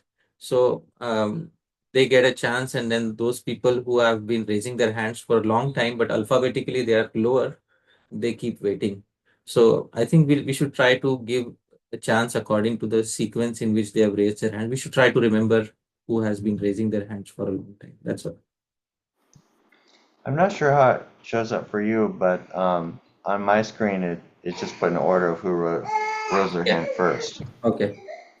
So my first on my screen is Madhav, then Kanai Sundar, then Dorothea. If it was alphabetical, then Dorothea would be first. Yeah. Okay. Sure. So let's go in the sequence in which the hands were raised. Yeah, that's it. Okay. Cool. Thank you very much. Our first question is from Madhav Prabhu. Hare Krishna Prabhuji, Dhanva Pranam. Thank you so much for this nectarian katha. So much was brought out and we got to know like different aspects of Kirtan. So Prabhuji, I wanted to ask many a times devotees prescribe a particular progression in these different aspects of Kirtan. They say that we should initially start with Nam Kirtan, and then as the heart gets more purified, then we should engage in Roop Kirtan or Leela Kirtan or Gun Kirtan. So can you explain this particular concept a little bit? Right. So sometimes devotees prescribe that first you should do Nam Kirtan, then you should do Rupa Kirtan, then Guna Kirtan, then Leela Kirtan after subsequent degrees of purification. The instruction given by the previous acharyas is as follows. I am sharing my screen, and I am showing what Srila Bhakti Vinod Thakur Mahashay has said. This is, I think this is in the Prema Vivarta. Name prasphutita hai rupa guna karma. From the Nam, prasphutita springs. What springs automatically? Rupa guna karma. So this is not exactly a vidhi. It automatically should take place. It should automatically take. It's not that somebody is saying for first few years you should chant only Nam, then next few years you should chant Rup, then next few years you should chant Guna, then you should next few years you should chant Leela. It doesn't happen like that. Prasphutita. Prasphutita means automatic springing of form, qualities, and pastimes should take place. So when the heart is cleansed, automatically it happens that the form, qualities, pastimes, they start making an appearance within their heart. And when they do that, we should not reject such spontaneous appearance of, Guna, Rupa, Leela. It's also described in the sixth canto, 6 to 14, if I remember, 6 to 14, or it was 13, I think. Yatastad Vishayamati. Yeah, 6 to 10. सर्वेषाम् अप्यघवताम् इदमेव सुनिष्कृतं नाम व्याहरणं विष्णोर् यतस्तद् विषयामति. नाम व्याहरणं, utterance of the name. Nama Vyaharanam, utterance of the name of whom? Of Vishnu. Yatas, because of that utterance, what happens? Tad Vishaya Matihi. The mind becomes connected to him, his personality. So by utterance of Nama Vyaharanam, by utterance of Vishnu's name, the Mati, the intelligence, the mind becomes Tad Vishaya. The mind becomes fixed in his personality. So that is becoming fixed on Rupa, Guna and Leela is a natural effect of Nam Kirtan. And it's not that first few years you do this, then you do this. You can't make a vidhi out of it. On one side we say vidhi nahi ar, Chaitanya Mahaprabhu, there is no vidhi. And after that immediately we start putting vidhis. So that is not how it works. If we start putting vidhis where there is no vidhi, then we become guilty of nam aparadh. We should not do that, because I will be explaining how this Harinam Nikalpanam, adding one's own imagination to Harinam, is one of the aparads. We have discussed that in Upadeshamritam also, but here also we'll get chance to discuss that. So we should not add vidhis where there are no vidhis. The form, qualities and pastimes are supposed to spring forth automatically by sincere utterance of Bhagavan's name. So this is the answer to your query. Right? Thank you. Next we have Kanai Sundar Prabhu. Oops, there we go. Kanai Sundar. Hare Krishna. Thank you, Guruji. My question was actually something was based upon the Mahamantra, which Prabhuji has said that he would clarify later on. Because it's something based upon Bhaktivinoda Thakur, Chaitanya Upanishad and Rupa Goswami's work. The indication was that Hare Krishna Mahamantra could be, was the primary way of chanting. So besides that, the other question was, Prabhuji, Just one question at a time, please. yeah, that was not okay. So Bahumilitva Kirtan is, you said that the most comprehensive definition for Śrī-kṛṣṇa-saṅkīrtanam. And so that would mean that when we sit down and chant, that would be not Sankirtan, because also I heard this term Sankya-Sankirtan in my readings of, I think, Chaitanya Charitamrita. Right. How do you understand? So you're talking about japa, Prabhu, getting together and Yes, chanting. Prabhu. Yes, So Prabhu. japa is a different limb. Sankirtan is a different limb. Japa and Kirtan are two different limbs in Bhakti Rasamrit Sindhu. So Rupa Goswami has categorically separated Japa and Kirtan in Bhakti Rasamrit Sindhu. I will show you how Sri Rupa Goswami has defined Japa, how Sri Rupa Goswami has defined Kirtan. So I will share my screen with you and I will specify. Yes, here it is. Now you will be able to see. You can see 34th limb of Bhakti. What is the name of the 34th limb, Kanai Sundar Prabhu? Can you tell me? Japa. Japa. Now Japa. So what is Japa? He says mantrasya su laghu uchcharo japa iti abhidhiyate. Su laghu uchcharo. Uchcharo means utterance. Laghu uchcharo, soft utterance.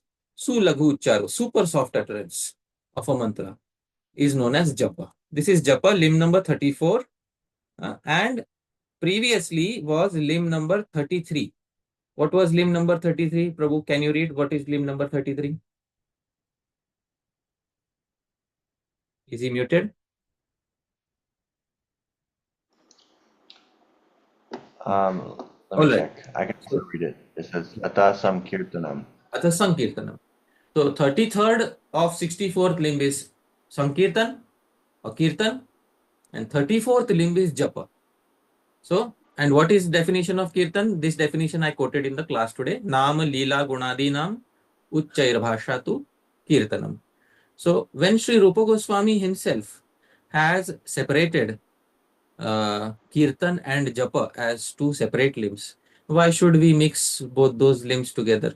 So, we should not mix both those limbs together because Sri Rupa Goswami himself has kept them in separate compartments in the Bhakti Rasamrita Sindhu. So, getting together for Japa, you cannot call it Sankirtan because you are performing Japa. Japa is soft utterance of the mantra. And when you are getting together for the purpose of audible, loud utterance, so that others can also hear, that is what you call as Sankirtan. So that is the basic distinction. I hope that clarifies. All right. Next we have Bhaktin Dorothea. Hare Krishna, my pranams to all the Vaishnavas. Jai Guru and Gauranga.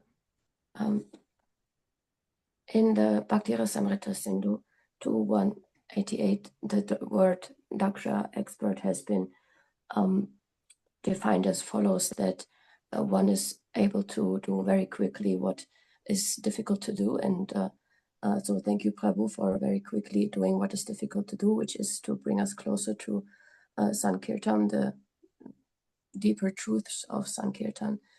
And my question is, in nowadays culture of Gaudiya Vaishnavism, we see the word bhajan being used for Sankirtan for example, that Jaya Radha Madhava is a bhajan or something like that. Is that justified, or is the word bhajan misplaced here? Is the term justified or is it misplaced here? There is a quote. There is a specifically about the term about the verbal root. I will try to see. Yes, it is in Bhakti Sandarbha. I will open Bhakti Sandarbha so that we can see what is the meaning of the term bhajan. So I am sharing my screen so that we all can see what Sri Jiva Goswami says in Bhakti Sandarbha. So he quotes Atha Bhakti.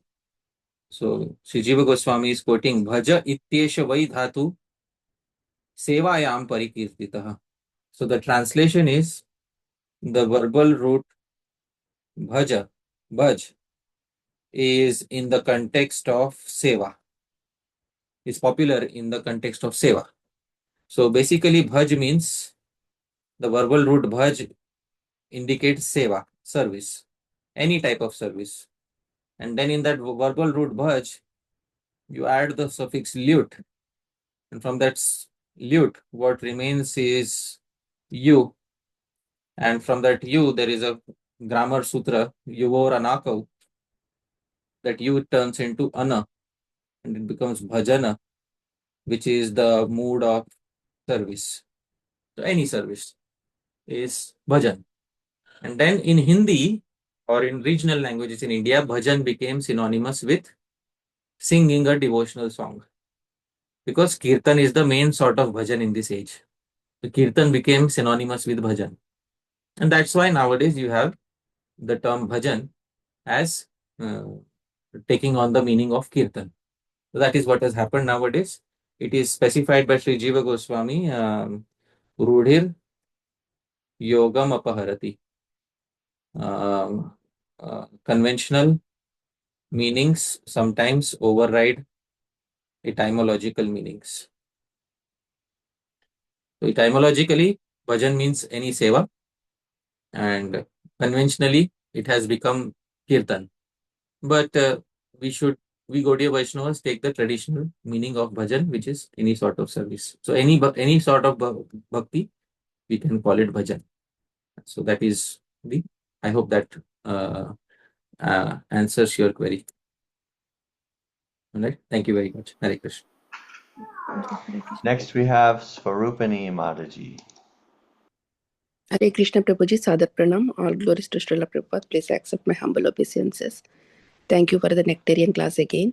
But still I have so many questions on difference between Kirtan, Bhajan and Sankirtan. The thing is the content and the number of people, and does it needs to be uttered simultaneously? I think that those are the items that I grasped from today's class. So in today's lifestyle, we might not be having that many people in the family who are interested in doing at the same time. So in that case, if we form as a group and then do online singing or online reading classes or glorification of Nam, Roop, Guna, Leela, does it also consider as Sankirtan? Because in that only one person will be talking at one time and the next other person will be talking. But then if it is more than 3 people in a group, is it also considered as Sankirtan? So your main query is online. Is it called Sankirtan? So Sankirtan basically is glorification, audible glorification of name, form, qualities, pastimes, etc. of Bhagavan or his associates. If people are getting together online and if only one person is speaking, the others are hearing, that one person is performing Kirtan and the others are performing Shravan. But if all of them are able to participate, which is difficult online, then you can call it Sankirtan. But it is difficult for all of them to participate, especially when they are online, because if everybody starts speaking simultaneously, you'll not be able to hear anything. Therefore, Sankirtan is best performed in person when all of them are able to sit together and congregationally utter the names, form, quality, pastimes, etc. of Bhagwan. So that is a basic answer. Although online it may be possible, but it is very difficult. Offline in person is most easiest and it is easiest and most organic. So that is the answer to your query, Mataji. I hope that satisfies your query. So does it needs to be inside the house, or it has to be on the streets, or only then it is called Sankirtan? It's a vidhi nahi. There are no rules and regulations. Okay. Thank you, Prabhuji. Hare Krishna. Hare Krishna. Next we have Krishna Das Patra Prabhu. Hare Krishna, Pranam Prabhuji. Can you hear me, Prabhuji? Yeah. Prabhuji, I was reading that that Naam, all other limbs of bhakti are depend on Naam. The Smaran and Archan, all other limbs of bhakti are depends on Naam. And you also first question's answers, you also mentioned that Naam will bring out the Leelas, Roop Gun Leela Ityadi. But when we read Bhagavatam or we try to memorize the Leela, the pastimes, the continuous flowing of the pastimes, that is more that where we can very easily absorb. But in the Naam Japa, it is not possible to be absorbed. So it is not possible to be absorbed in that extent. So is it, Prabhuji, a Namaparad or showing disrespect to the Naam? So that feeling is... Right. So, Dhāmeśvara Prabhu, could you understand the query? Yeah, he's asking that it's a lot easier to absorb your mind in hearing pastimes of Krishna or hearing about his qualities, etc., compared to chanting. So is it offensive to feel that way? No, the Naam is the foundation. Unless you know a person's name, how can you speak about their qualities, pastimes, etc.? All the qualities and pastimes are ascribed to a particular name. We know that is Krishna Lila, Krishna Gun, Krishna. So the Naam is the foundation. For example, if I want to know about the form, qualities, and activities of Dhāmeśvara Mahāprabhu, first I have to know his name, Dhāmeśvara Mahāprabhu. I can't just say, I can't, without his name, I can't indicate him. So Naam is the indicator of Bhagavan. Naam is the Vachak. Bhagavan is the Vachya. Bhagavan is the indicated. Naam is the indicator. Bhagavan is the indicated. And unless we have an indicator, you can't go further into qualities, form, pastimes, etc. So you need a basic indicator, Naam. And then once you have that indicator, which is Naam, then you connect the form, qualities, and pastimes to that indicator, to that Naam. Krishnadas Prabhu, whose qualities? Please tell me. Krishna's qualities. Who plays the flute? Bhagavan Shri Krishna. Who is on the banks of the Yamuna? Bhagavan Shri Krishna. So everything is ultimately connected to Naam, right? In that way, Naam is the foundation of Roop, Gun and Leela. But when you perform japa, so automatically mantra artha chintanam, the meaning of the mantra should come within your mind.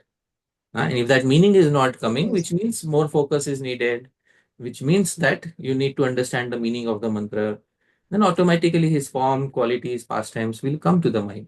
Mind will be focused. And then you will not be distracted and aprad will be avoided. So, Naam should give Rupa, Guna and Leela. All the Rupa, Guna and Leela is ultimately connected to the indicator. And the indicator is Naam. Okay, Prabhu. Thank you. Thank you. Next we have Gauranitai Prabhu. Hare Krishna. Please accept my obeisances. Thank you very much for this class. I have questions about the meaning of Sankirtan, like Samyak Kirtan. I heard and read that Srila Prabhupada a few times quoted this verse, Bahubir Militva Kirtanamiti Sankirtanam. Yeah. Can you explain that quote, where it's coming from, and especially the meaning of the second verse, Militva? Okay. So it is coming from Sri Jiva Goswami, Bhakti Sandarbha. And I had quoted the exact Anuchhed number where I took it from. It is Anuchhed paragraph 269. I am sharing my screen again. You can see here, Bahubhir Militva Kirtanam Sankirtanam. It is Bhakti Sandarbha of Sri Jiva Goswami, Anuchhed paragraph 269. Militva, the verbal root is mil. Mil means to gather together. And the suffix is twa. Twa means having gathered. So having gathered. For example, kha means to eat, khatva, having eaten. So similarly, mil, to gather, militva, having gathered. So having gathered together the audible utterance of name form qualities by many people is known as Sankirtanam. So that is what it is. And I have a following that having Sure. together, which you also mentioned that someone who is just sitting there and listening is not really having together. Right. So can you explain that which is the level when the person is really in that association and not in the sideline or outside? So which is the real qualification? Timing or the concentration or the purification or the level of the consciousness of the person? Actually, on a basic level, Sankirtan doesn't expect any requirements because it is free of all rules and regulations. Anybody can join in that particular Sankirtan, even though they may be completely unqualified. They may participate in Sankirtan and they may start singing along with, even with a pure devotee, maybe singing, somebody may sing along with them. No problem. Everybody can participate in Śrī-kṛṣṇa-saṅkīrtanam. There are no qualifications mentioned, but if a very specific type of Sankirtan is going on, for example, a Leela Kirtan is going on, like Shri Caitanya Mahaprabhu in Srivasangan, in the night they used to do Leela Kirtan, singing specific pastimes of Bhagwan. And if there is somebody who is not a Rasik, who is not a connoisseur of those pastimes, then they may spoil the mood of that particular song. So when specific kirtan is going on of specific pastimes, you need like-minded people. But when you are performing general Nam Sankirtan, there is no qualification like that mentioned. Anybody can participate in Nam Sankirtan. Sometimes Sri Caitanya Mahaprabhu even asked a dog to chant names of Bhagwan. So there is a verse in Chaitanya Charitamritam where Mahaprabhu is asking the dog to chant Ram Krishna Hari, and the dog chants Ram Krishna Hari, and then the dog is liberated. This is, I'll share my screen. Even animals can participate if it is possible for them to chant. Sometimes parrots can chant. So, Prasada Narikela Shasya Dena Phelaya, Rama Krishna Hari Kaha Balena Hasiya. So, Sri Chaitanya Mahaprabhu was throwing remnants of green coconut pulp to the dog. Smiling in his own way, he was saying to the dog, chant the holy name Ram, Krishna and Hari. Mahaprabhu would make even animals chant. There was no such requirement. But if there is a specific type of Leela Kirtan going on, where there Chaitanya Mahaprabhu is discussing Chandidas, Vidyapati, you need a Rasik devotee to understand them. So for that sort of a Kirtan, everybody cannot be the audience. Everybody cannot be a participant. So that is the answer to your query. Right? Thank you. Next we have Nam Govinda Prabhu.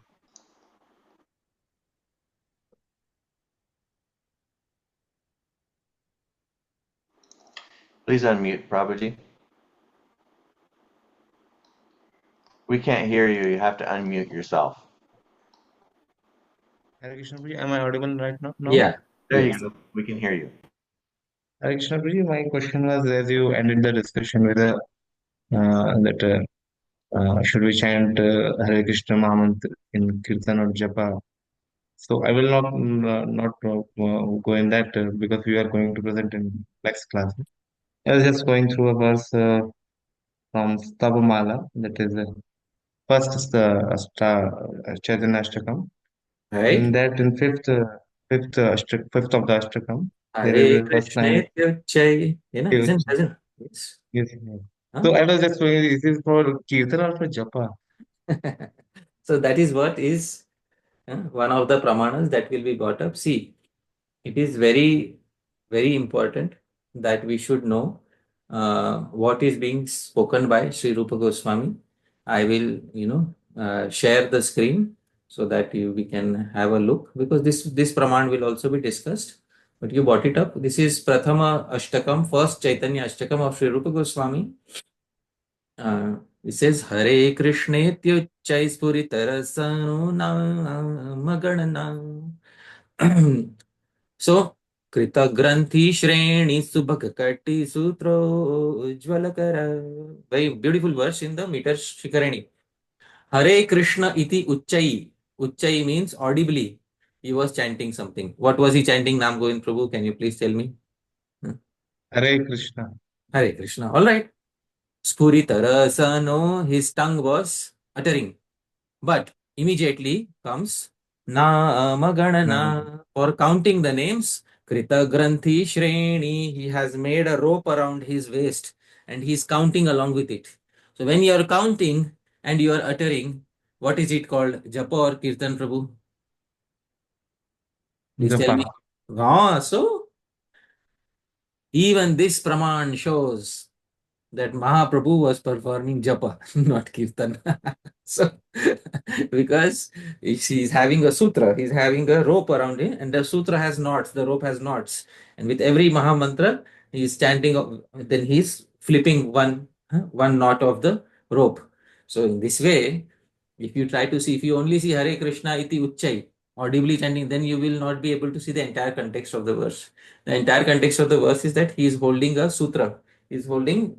Earlier they didn't have, they had this knots of rope to count. So he's having those beads made out of rope and he's counting on that.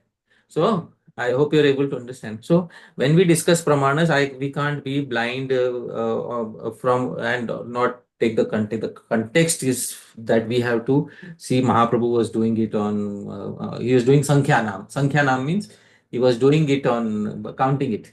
And when you count it, traditionally it becomes known as japa. It's a very, very, very hair-splitting argument. You have to understand. You can't just take a single phrase. It's a very hair-splitting argument.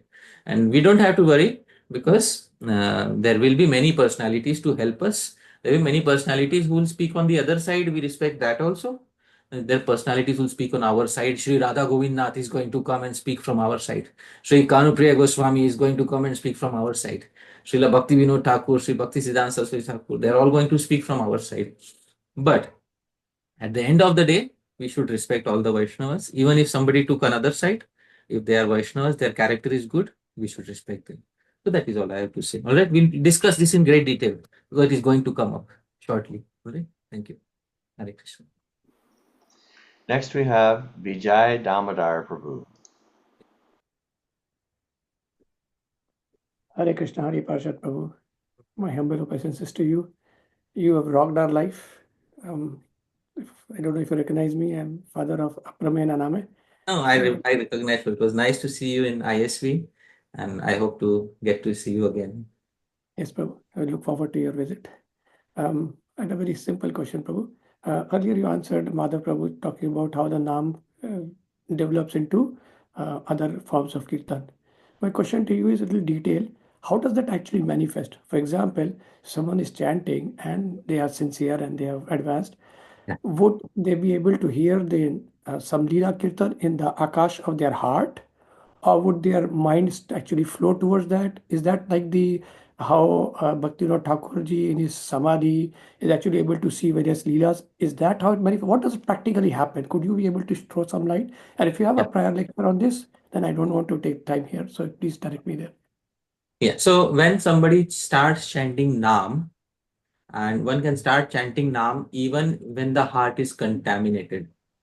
So even in the stage of contamination of the heart, one can start chanting Nam. But meditation on the form, qualities, and pastimes requires something known as Chitta Shuddhi. Basic purification of the heart is required.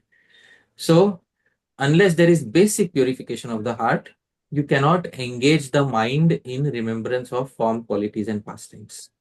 So it is Naam, Bhagwan's Naam, that those syllables of the Naam which descend on the ear, they enter the mind, and a basic meaning is given. O Krishna, O energy of Krishna, please engage me in your service. Basic meaning of the Mahamantra is given. So devotees start chanting. After some time, when their efforts are sincere, a natural desire arises. I am asking for service. What service? Which service am I asking? Because services are unlimited. Which service am I asking for? And who is the person that I wish to render service to? Who is Krishna? When this natural, sincere desire arises, who is Krishna? And the only answer that the devotee has is Krishna is the Supreme Personality of Godhead. Well, that's not a satisfactory answer. I know that the entire world knows Krishna is the Supreme Personality of Godhead. That you can know simply by reading the title Bhagavad Gita, the song of the Supreme Personality of Godhead. But who is Bhagavan? How does he look? How does he behave? What activities does he perform? Then I can come to specific conclusion that I love this seva or I would love to render that seva. So when one genuinely becomes interested in the persona of Bhagavan due to the purification caused by the mantra, that is when automatically the desire to explore form, qualities, and pastimes takes place. And there are literature which help us. It's not that we wait automatically, it will descend upon. There are literatures meant to help us. So those literatures are our torchlight for exploring the form, qualities, and pastimes. But unless we have arrived at that stage, we will not be able to appreciate those literatures. In the Padyavali, so many descriptions of Krishna's form are given. But unless a person is seriously interested to know about Krishna's form, he will not take it seriously. I'll give you a very simple example. Mona Lisa's painting is everybody knows around the world. But unless one is seriously interested in fine arts, they don't know what is the glory of the Mona Lisa painting. And they don't know what are the finer aspects of the Mona Lisa painting. And they don't know how to explain it to others. Although everybody knows Mona Lisa is perhaps one of the best paintings of the Western world. One thing you can know, whichever angle you look at her, she appears to be looking at you. These are some basic things which everybody can tell you. But what are the further details in the Mona Lisa painting? For that, you need to be a connoisseur of fine arts. So similarly, how does Bhagwan behave? Is Krishna a cartoon character that we saw on TV? Or is Krishna somebody else? So that is to be understood in detail, and the literature of the acharyas will help us to frame an image of Krishna within the purified mind. Alright, so that will happen naturally.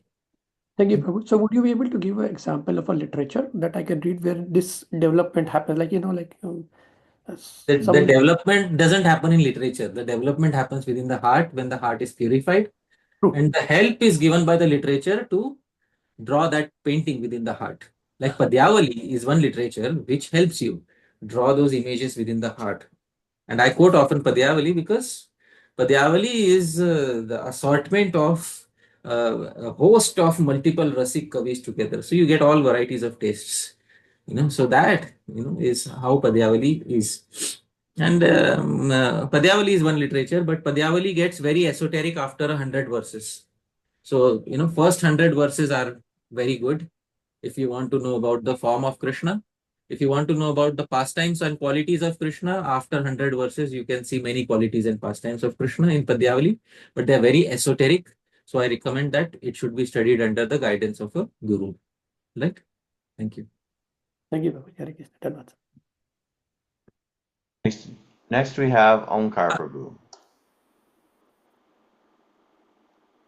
Hare Krishna, Pradhanatram. Long time to see you in a live class. Yes. Prabhuji, I had a question about this Naam Japa and basically the glories of the Naam. Actually, we discussed in the previous sessions also, and in Siksastakam and other ways also. You've shown from our Goswami books. So my question deals more with the aspect of how it is explained in the Sampradaya. Like mostly as we see, like when we heard, like when I personally heard about the details in Shikshashtakam, and then again you've repeated it many a times.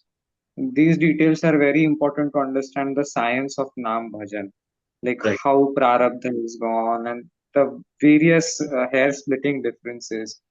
So it seems like, I mean, Rupa Goswami and others, they actually explained this thing, but there seems to be a long gap because many of the Vaishnavas from our Sampradaya or from like who are not even in Sampradaya, they speak about glories of Nam Jap.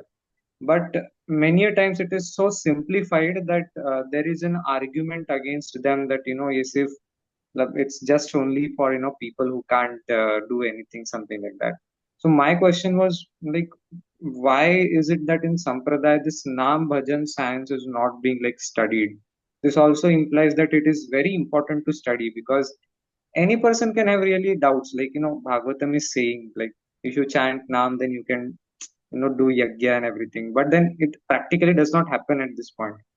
So this science is very important. So my question was like, why in Sampradaya this thing is not, at least like up till now it has not been done.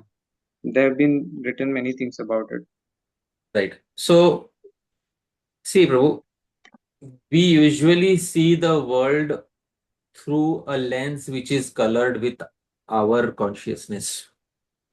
And if our consciousness is vichar pradhan, that if our consciousness is primarily on delving into the details, then we will see the entire world in that way. Why doesn't the world appreciate details? I appreciate details. The world should appreciate the details. Why is it that the world doesn't appreciate details? But then there is also a category of devotees who are Ruchi Pradhan. Both Ruchi and Vichar Pradhan are there in the Bhakti Sandarbha Jiva Goswami has given. So Yes. he explains there that Ruchi Pradhan means those who are driven by their innate taste. They're not driven so much by the detailed understanding of these things. Although both devotees are equally glorious. But some devotees are driven by their innate taste. Now, I do understand and appreciate the fact that Sri Haridas Thakur was not only Ruchi Pradhan but also Vichar Pradhan. When Sri Haridas Yes. Thakur used to give an explanation on Harinam, his explanation was full of Shastric truths. It was not that, he was just used to sentimentally say, chant more and you will get more benefit. Or if you Yes. don't chant this much, then you are no longer a good person. This was not how Sri Haridas Thakur used to explain to others. Sri Haridas Thakur used to explain the natural organic glories of Bhagwan's Naam. Even if an outcast chants Haram once, he is liberated. Like all those examples he used to give of Namabhas, Namaparad. He knew all the entire science. So those who are explaining Harinam to others should explain it in such a way that the Vichar Pradhan, the thoughtful ones, should not feel offended. And the Ruchi Pradhan, the taste-driven devotees, should also feel, that they are receiving their nourishment. So both types of devotees should be receiving their specific nourishment from any person who is explaining Harinam. So sometimes what happens, a person is very attached. I've seen a few devotees who say, unless 64 rounds every day, you cannot advance. And then that is their main, basically, that is the main focus of life. 64 rounds every day, otherwise you can't advance. All right, sure. So if you meet them and then you tell them what is the difference between prarabdha, aprarabdha and sanchit karma, I don't know They that, don't know. Prabhu. I just know that everything will be done if you chant Harinam. All right. If that's the understanding they are having, it is better that they cultivate Harinam on their personal level. But when you are speaking about it, doing prachar to others, you better be ready with the Siddhanta. Because without Siddhanta, it will just be, an emotional outburst. And emotional outbursts are good for convincing emotional people. They are not good Yes. for convincing thoughtful people. You know, I could have done the entire Shiksastakam series. Everybody, śrī-kṛṣṇa-saṅkīrtanam, paraṁ vijayate. Yes, Chaito darpanam marjanam. Clean your heart. 1 hour we will chant Hare Krishna Mahamantra before I give a talk, so that we actually clean our heart, you know, before I speak. So sentimentalism is good, but you need to explain the tattva when you are speaking to others. All right, so there are many devotees who become very sentimental about now, very sentimental about now. So, I appreciate the sentiments. But when we are speaking tattva, we should speak tattva like Haridas Thakur. Anybody who wants to be an expert in Harinam should speak tattva like Haridas Thakur spoke. They should see how Sri Haridas Thakur used to explain Nam Tattva. And they should understand it, how Sri Bhaktivinoda Thakur used to explain Harinam Tattva. And all these previous expert chanters of Harinam were explaining in such great detail. So they should also learn the science. If they are focused on one limb, japa, at least they should know the entire science of that one limb. They should know it thoroughly. If that one limb also we don't know thoroughly, then it is more or less based on sentiment, and that we should avoid. Right? So that is the answer. My only point was this, that unfortunately, like there might be Ruchi Pradhan Bhaktas in past, but people who don't want to study, they just, give these excuses. And the problem is, unfortunately, what happens is, like while you explained about the science of japa, you also explained how we have to calm the mind, which is actually required for Ruchi Pradhan and for Vichar Pradhan. Any bhakta it is required. So these limbs are also missing, and they just give out big, kind of emotional talks. Yeah. One thing I would like to say, one of the biggest, most detailed literature, and perhaps one of the most difficult ones to understand about the science of Harinam. There is one literature which Naam, I think Lakshmidhar, I think. yeah. So the six Goswami studied this literature. It's perhaps one of the most technical literatures on Sri Harinam. I had the good fortune of studying and understanding this literature before I entered into speaking on Shiksastakam. This literature is called Bhagwan Nam Kaumudi. It is perhaps one of the most technical literatures on Sri Harinam. The first topic that he takes up, Sri Lakshmidhar, is very respected by Sri Rupa Goswami, although Sri Lakshmidhar was an impersonalist. But he wrote a literature on the glories of Harinam. And Sri Rupa Goswami and Sri Jeev Goswami quote Sri Lakshmidhar many times in their literature. And Bhagwan Nam Kaumudi's arguments are given by the Goswamis often. And one of the first argument that he takes up in Bhagwan Nam Kaumudi, are the glories of Harinam described in Puranas real or not real? Are they factual or not factual? This is how he starts. Get straight to the point. And then that is how he goes on ahead. So I'm not going to go into Bhagwan Nam Kaumudi here because it's a very technical subject matter. But this is the literature that the Goswami studied before they got there. They put down their pen to write something on Harinam. So recommended reading is Bhagwan Nam Kaumudi. Right? I did saw the quotations in Preeti Sandhar also. Yeah. Yes. Yeah. Thank you. Thank you. Yes. Dhanatan. Dhāmeśvara Prabhu, my another god brother Venu Govind Prabhu is waiting for some time. I'd like to give him the mic. Okay, he has requested me to. Oh, wonderful. All right. Operation. Yeah. Am I audible? Yeah, sure, Prabhu. So let's give Venu Govind Prabhu the chance. Then we can go to other devotees. Hare Krishna, Prabhuji. Janat Pram, can you hear me? Yeah, I can hear you. Thank you, Prabhuji, for the wonderful lecture. Prabhuji, I have a question that how we can develop our taste and confidence in doing the Leela Kirtan of historic topics of Krishna Leela. Can you please repeat the sentence again? I missed out a word there. Esoteric topics like a Madhurya Bhav. Yeah, how can we develop our taste and confidence in doing the Leela Kirtan of esoteric topics of Krishna Leela? It's not that you first think that I will first develop confidence and then I will start doing it. in the natural flow of your bhajan, in the natural flow of your naam sadhana, do you develop a desire to know about the form, qualities, and pastimes of Bhagwan? And when you hear about the form, qualities, and pastimes of Bhagwan, then a natural desire arises that I should share this with others, I should speak this in front of others. But then you need to find people who are like-minded and who are on that level of qualification, who can understand and appreciate such kirtan.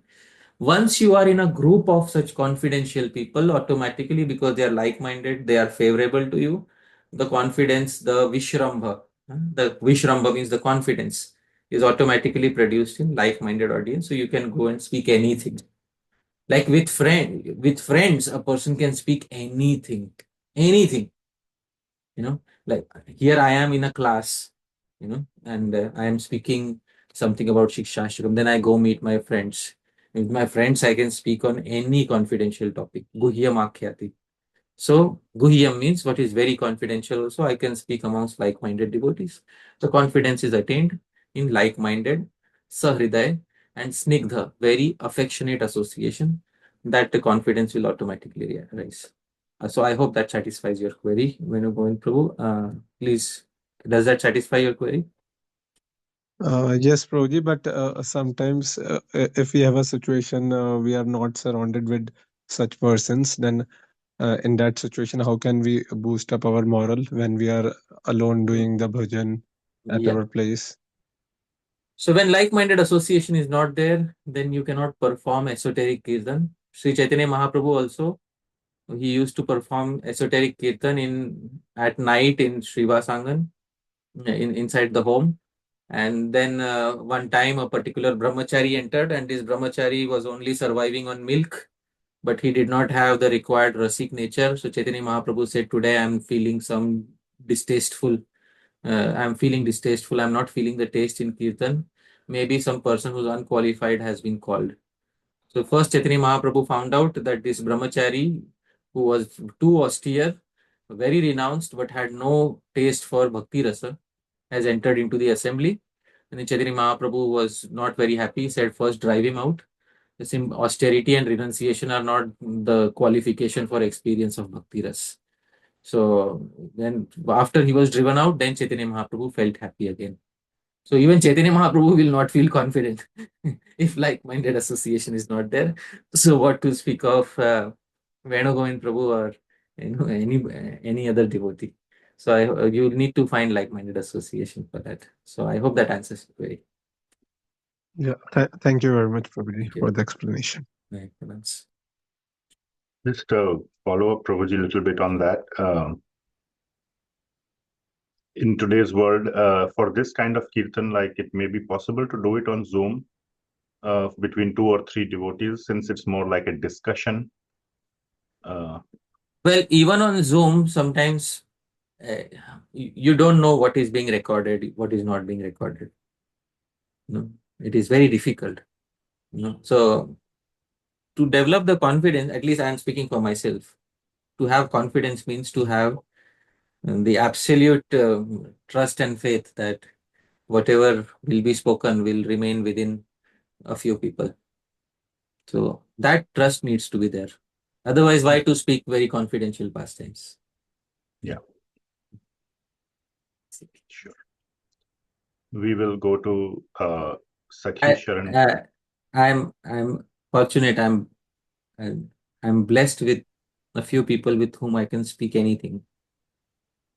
So when that fortune is there, you have a few people with whom you can speak anything in the world, and they'll not backstab you, or they'll not say that they'll not they'll keep it guhyam, and they'll keep it confidential. That confidence is that trust is needed, that confidence is needed. So once that is there, then you can speak openly. No problem. Then even if it is online, it's still within your framework of trust that they will not misuse or take advantage of. Yes. So once so Chaitanya Mahaprabhu didn't have that trust on that person who had entered that day, the brahmachari who was only surviving on milk. Mahaprabhu didn't have trust on that person. Because he'll go and he'll say these sentimental Hare Krishnas were crying in the night, singing pastimes of Radha and Krishna, and the pastimes. Oh my God, from Chandidasa's poetry. Oh my goodness, you should hear that poetry. So so they will not be able to understand, and then they'll just make fun of it or misunderstand. So why to speak when there is distrust? So that is the answer. Yeah. And they can always go back and make stories about it, even if they are not. Oh yes, one time it happened with me. I was not speaking anything confidential. I was just in a place. I was speaking about Sri Haridas Thakur, and I said some devotees excel in one limb of bhakti, some devotees excel in multiple limbs of bhakti. Now you go 500 years ago and you see the social situation, and Param Karuna Prabhu, you give the answer. 500 years ago, will Sri Haridas Thakur be allowed to enter into the temple and take darshan? Please tell me. No. Will he be allowed to cook? Will he be allowed to cook prasadam? No. No, he can't cook bhoga. Can he offer prasadam or serve the devotees prasadam? No. Can he give a Bhagavatam class? Not at all. Not at all. So then only one seva was remaining for him, primarily, which was chanting Harinam. And he excelled in that seva. He also loved that seva. He excelled in that seva. So somebody spun it and twisted it and said, Haridas Das was saying Haridas Thakur had no other work. So he was chanting Harinam. From that day onwards, I stopped, going to that particular circle of devotees, because when there is no trust, you can't speak your mind, and people spin their own stories. So that keeps happening. And even in Chaitanya Mahaprabhu's case, there was somebody who spun some story, and by leaving some objects at the door, Gopala, and he got leprosy. And yes. Okay, thank you, Prabhuji. We'll go to Sakhi Sharan Prabhu. I think he's already unmuted. Yeah, Hare Krishna Prabhu. Thank you again. I think a wonderful progression. You also barely answered also, but nevertheless, I would like to get it still more clarified. Since you quoted the Chaitanya Bhagavat Madhya Khand, right, about the Hare Krishna Mahamantra, Mahaprabhu speaking it as japa, and in the last line of it, that vidhi nahi aar, it has no rules or regulations to chant. But we understand the whole Vedic path, you need a qualification, a pre-qualification, whether it is you're getting into the mukti, jivan mukti or whatever mukti. They need the sadhana chatushti, you go to the yoga, yama, niyamas. Within the bhakti path also, I think we have so many do's and don'ts, right? If you go from Upadeshamrit itself, right, it has do's, don'ts, then the nama pravs, all that stuff. Then how do we understand this? It's been said, no rules and regulations. This is because in connection with the Mahamantra, the Shruti, the Vedas themselves have said that there are no rules and regulations. And when the Mahamantra was given in the Kali-Santarana Upanishad, I'll quote the Kali-Santarana Upanishad. I'll also try to find a Roman copy. But Punar Naradaha Papracha, again Narad asked, Bhagavan ko asya vidhiriti. Oh Brahma, oh dear father, what is the vidhi? What are the rules and regulations? Tam hovacha. Sri Brahma replied to him, Na asya vidhir. There are no rules. There are no rules for this mantra. The mantra is given up there, beginning with Hare Ram first, Hare Ram, Hare Ram. And I'll also address why we are doing Hare Krishna first. But that will gradually come up. But in the very Upanishad, in the Kali-Santarana Upanishad, which is part of the 108 Upanishads, and it has been printed by so many publications around India. So this particular statement is found. Na asya vidhi. There is no vidhi. There is no rule and regulation attached to it. So because the Shruti itself, the Veda itself doesn't attach any rules. So that line of thought is propagated by the other acharyas ahead. So that is the answer to the query. So the most highest, apart from the mukti, is so easily available. That is why it is also Shri. That is why it is also Shri. It is the mercy of Shri. Yeah, obviously. Mukti is basically based on one's own effort. Aham Brahmasmi. There is aham involved in that your self-effort is involved in that. Therefore, the path is rigid. And bhakti is a path of anukampa. bhakti is a path of receiving the grace of Bhagavan Shakti. So therefore, the path becomes easier. But when you speak about anukampa, when receiving the mercy, there a certain degree of uncertainty is introduced. You may get, you may not get. So therefore, Sri Rupa Goswami says one of the 6 qualities of bhakti is sudurlabha. It is rare to obtain, because ultimately it is based on the desire of Bhagavan, whether he wants to accept somebody or not. So different challenges on different paths. That is what it is. No, nice. Thank you. Thank you. We will go to Dorothea Mataji now. Hare Krishna, my pranams. It seems like from Nama Sankirtan to Lila Sankirtan, the consciousness gets progressively more bound to Shri Krishna, and Nama, Rupa, Guna are also contained in Lila. So Lila seems to be the culmination of all these categories. And but why is there only Nama Japa and no Rupa, Guna, Lila, Api Japa? Why is there only Nam Japa? Why is there no Rupa, Guna, Lila Japa? Because the reason for that is that you might have heard about Hare Krishna Mahamantra being chanted in Japa. In second initiation, there are mantras which describe the Rupa, Guna and Lila also. So, but they are focused around the Nam. As I said, the foundation for everything is Nam. So, the pointer is Nam. So, Nam points, Nam, the Guna, Rupa and Lila are ultimately connected to Nam. So, therefore, Nam Japa is primarily used, the term, but in many mantras which we chant Japa, especially second initiation mantras, they are describing the form, qualities and pastimes of Sri Bhagavan. So in those mantras, you will find Rupa, Guna and Lila also vividly described. So that is the answer to the query.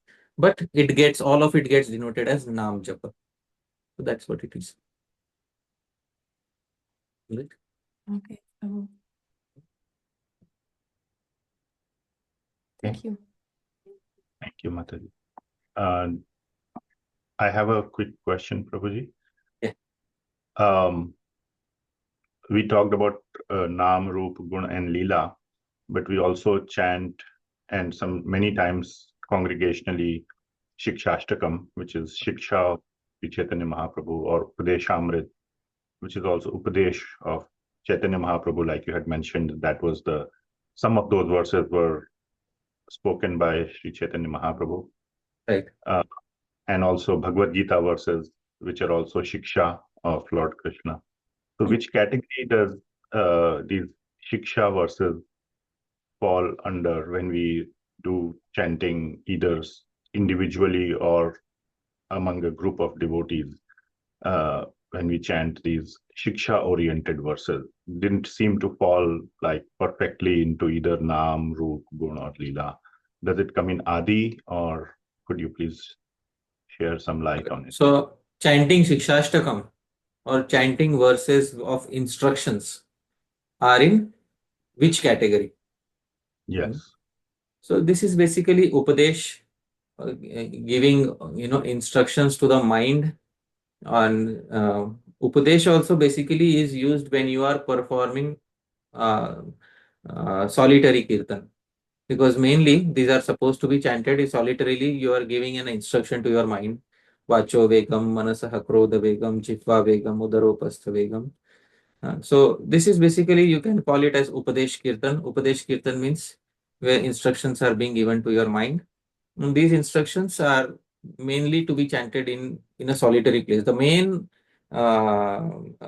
intention of the acharyas to do this was to chant it in a solitary place. It was not originally meant to be chanted in a group. So originally it is meant to be chanted in a solitary way. So these are instructions for the mind. Mana Updesh, Mana Shiksha, that is what we call it. But wherever there is glorification, of Nam, Cheto Darpanam Arjanam, Param Vijayate, śrī-kṛṣṇa-saṅkīrtanam. The glorification of Nam is going on. So this is Kirtan of Nam Kirtan. I hope you are able to understand. It is Kirtan of Nam Kirtan, which ultimately is Nam Kirtan, basically, nothing else. You can count it as that. Others are Upadesh. So Upadesh is, you can say that Upadesh is not exactly glorification, but it is self-instruction. That is what it is. Right? So I'm assuming there's nothing wrong Nothing wrong. Nothing wrong. chanting in Nothing wrong. public, not in public, we mean in a congregation among like-minded devotees. Yeah, but there are some Upadeshas which are very esoteric, like Sri Raghunath Das Goswami's niyamas, his own rules for himself, where he says, I only belong to the group of Sri Radha, I don't see anybody else. So those are for specific devotees, they're not for everybody. Right? Mainly Bhagavad Gita or Upadeshamrit, etc. can be. Yeah. There's a called Parayan. Parayan means one of the limbs of bhakti is to perform Parayan. Parayan means to read through a particular text. So it falls under Parayan. Thank you, Prabhuji. We got a couple of more devotees with hands. So we'll go to Bhavya Bhagwan Prabhu. Yeah, Hare Krishna, Hare Parshad Prabhu. Thank you for such a wonderful session, Prabhuji. So I have a question related to what Her Grace Dorothea Mataji asked. So Prabhuji, you mentioned that our Gayatri mantras are related to the Leela Kirtan, to the pastimes of the Lord. So when we are chanting the holy name, when we are first initiated, so once we become sufficiently purified or we reach a particular platform, then only the pastimes naturally come to us when we are chanting, right? So these Gayatri mantras, because they are connected to the Leelas of the Lord, so does it facilitate us in getting there sooner? So is that the reason Brahman initiation is required, Prabhuji, in attaining one's desired goal? Just wanted to understand that, Prabhuji. Traditionally, there are two separate initiations are not there. Traditionally, only one initiation is given, and that is your mantra diksha. Harinam is given as you can chant Harinam along with the other mantras. Traditionally, in previously before institutionalized form of Gaudiya Vaishnavism was there, in the parivars you only had one diksha. In that one diksha, you will get the mantras. So this question does not arise there because after a guru has accepted the disciple, they already give him all the facilities for advancement. So because when you are preaching to a mass quantity of people, it is difficult to ensure quality control. So you give them Harinam first, and when they are sufficiently advanced, then you can give them the mantras. And Srila Prabhupada used to say often, real initiation is second initiation. And I have quoted this often, that real initiation is second initiation. In Srila Prabhupada's writing, I have shown many times. I will, I am sharing my screen also. The traditional understanding is given by Prabhupada. Regarding your question, second initiation is real initiation. First initiation is preliminary just to make him prepared. And first initiation gives him a chance to be purified, as I was saying. First means you get purified. And when he's actually purified and recognized as a Brahmana, then real initiation is the second initiation. So this is traditionally, second initiation is the only initiation that is given. In larger institutions where quality control is slightly difficult, you give first initiation, and that is like an encouragement or purification. And when the devotee knows Krishna Tattva, when the devotee has eagerness for understanding Nam, Rup, Gun, Leela, it is second initiation. That is what it is. Prabhuji, I have a small follow-up if you allow, Sure. Prabhuji. So Prabhuji, Chaitanya Charitamrita says Krishna mantra haite hai sansar mochan, and Krishna Nam leads to Krishna Prem, Prabhuji. So often it is quoted that Krishna mantra that leads to samsar mochan.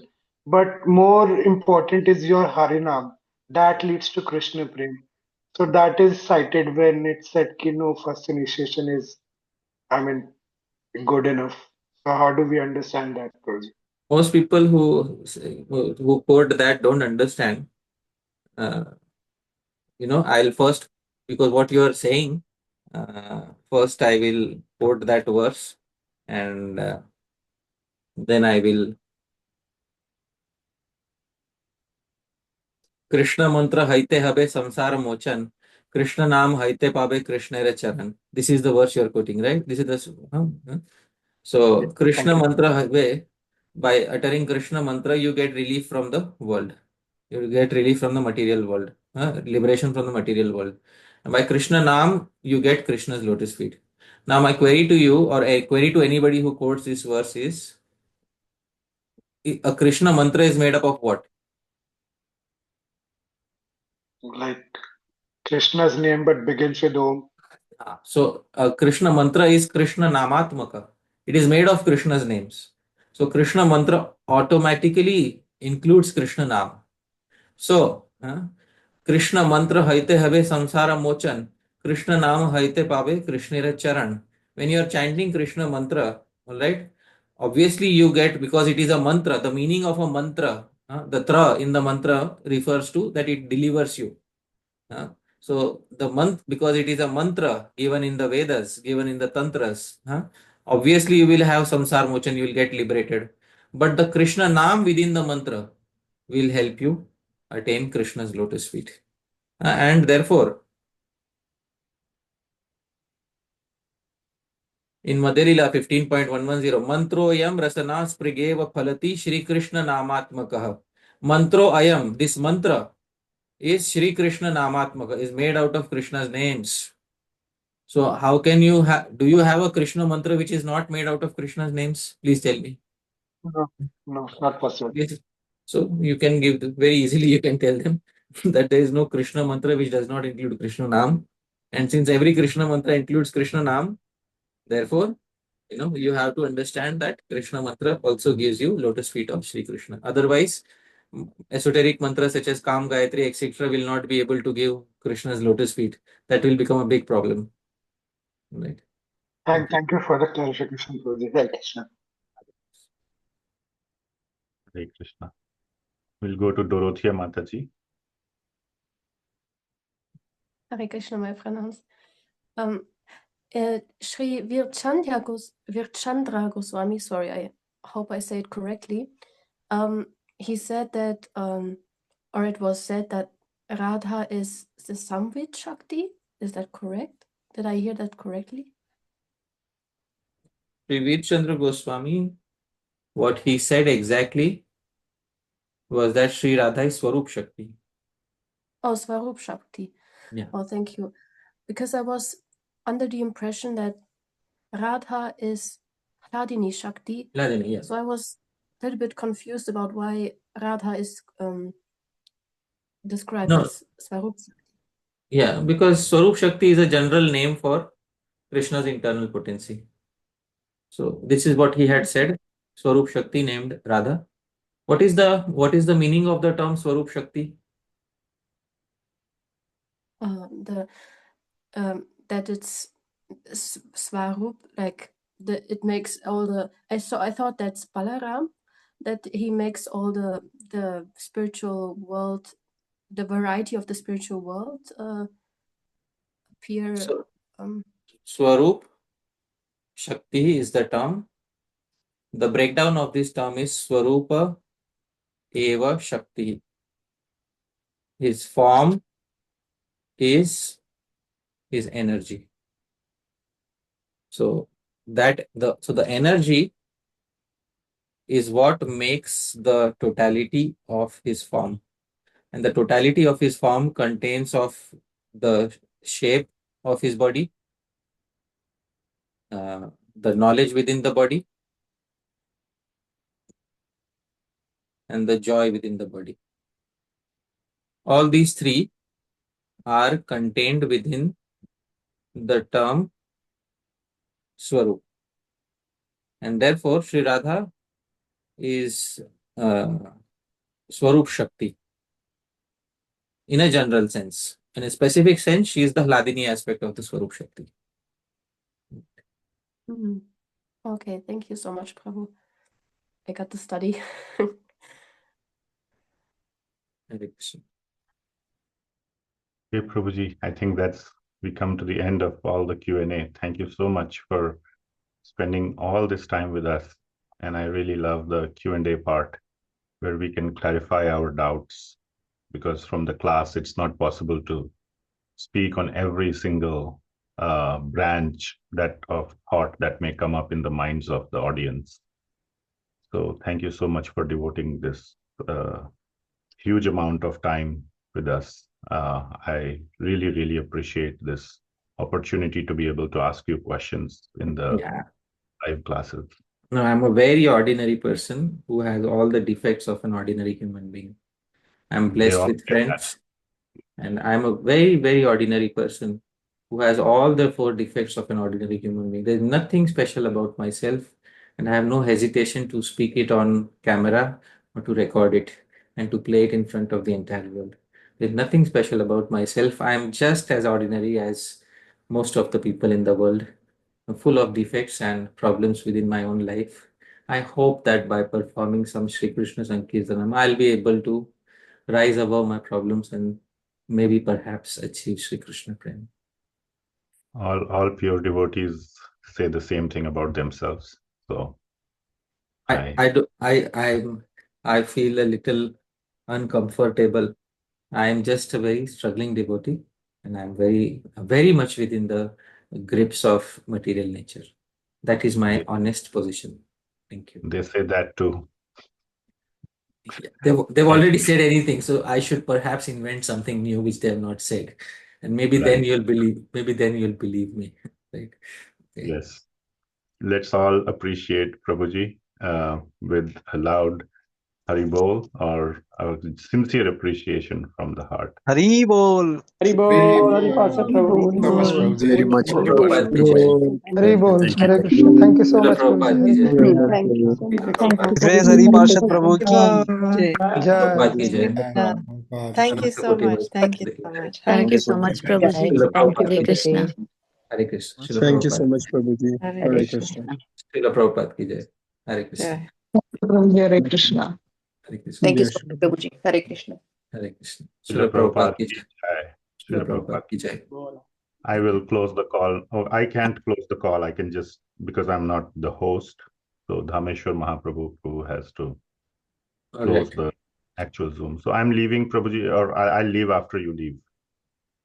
Oh, I can stay here for as long as, I'll stay here till the last devotee is here. Prabhu, I think you're the host, so you can close the call if you like to.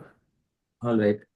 We are No, I think let's just, I'll leave so that devotees can start leaving. So when the least useful person leaves, then everybody else will leave. Thank you. Hare Krishna. All glories.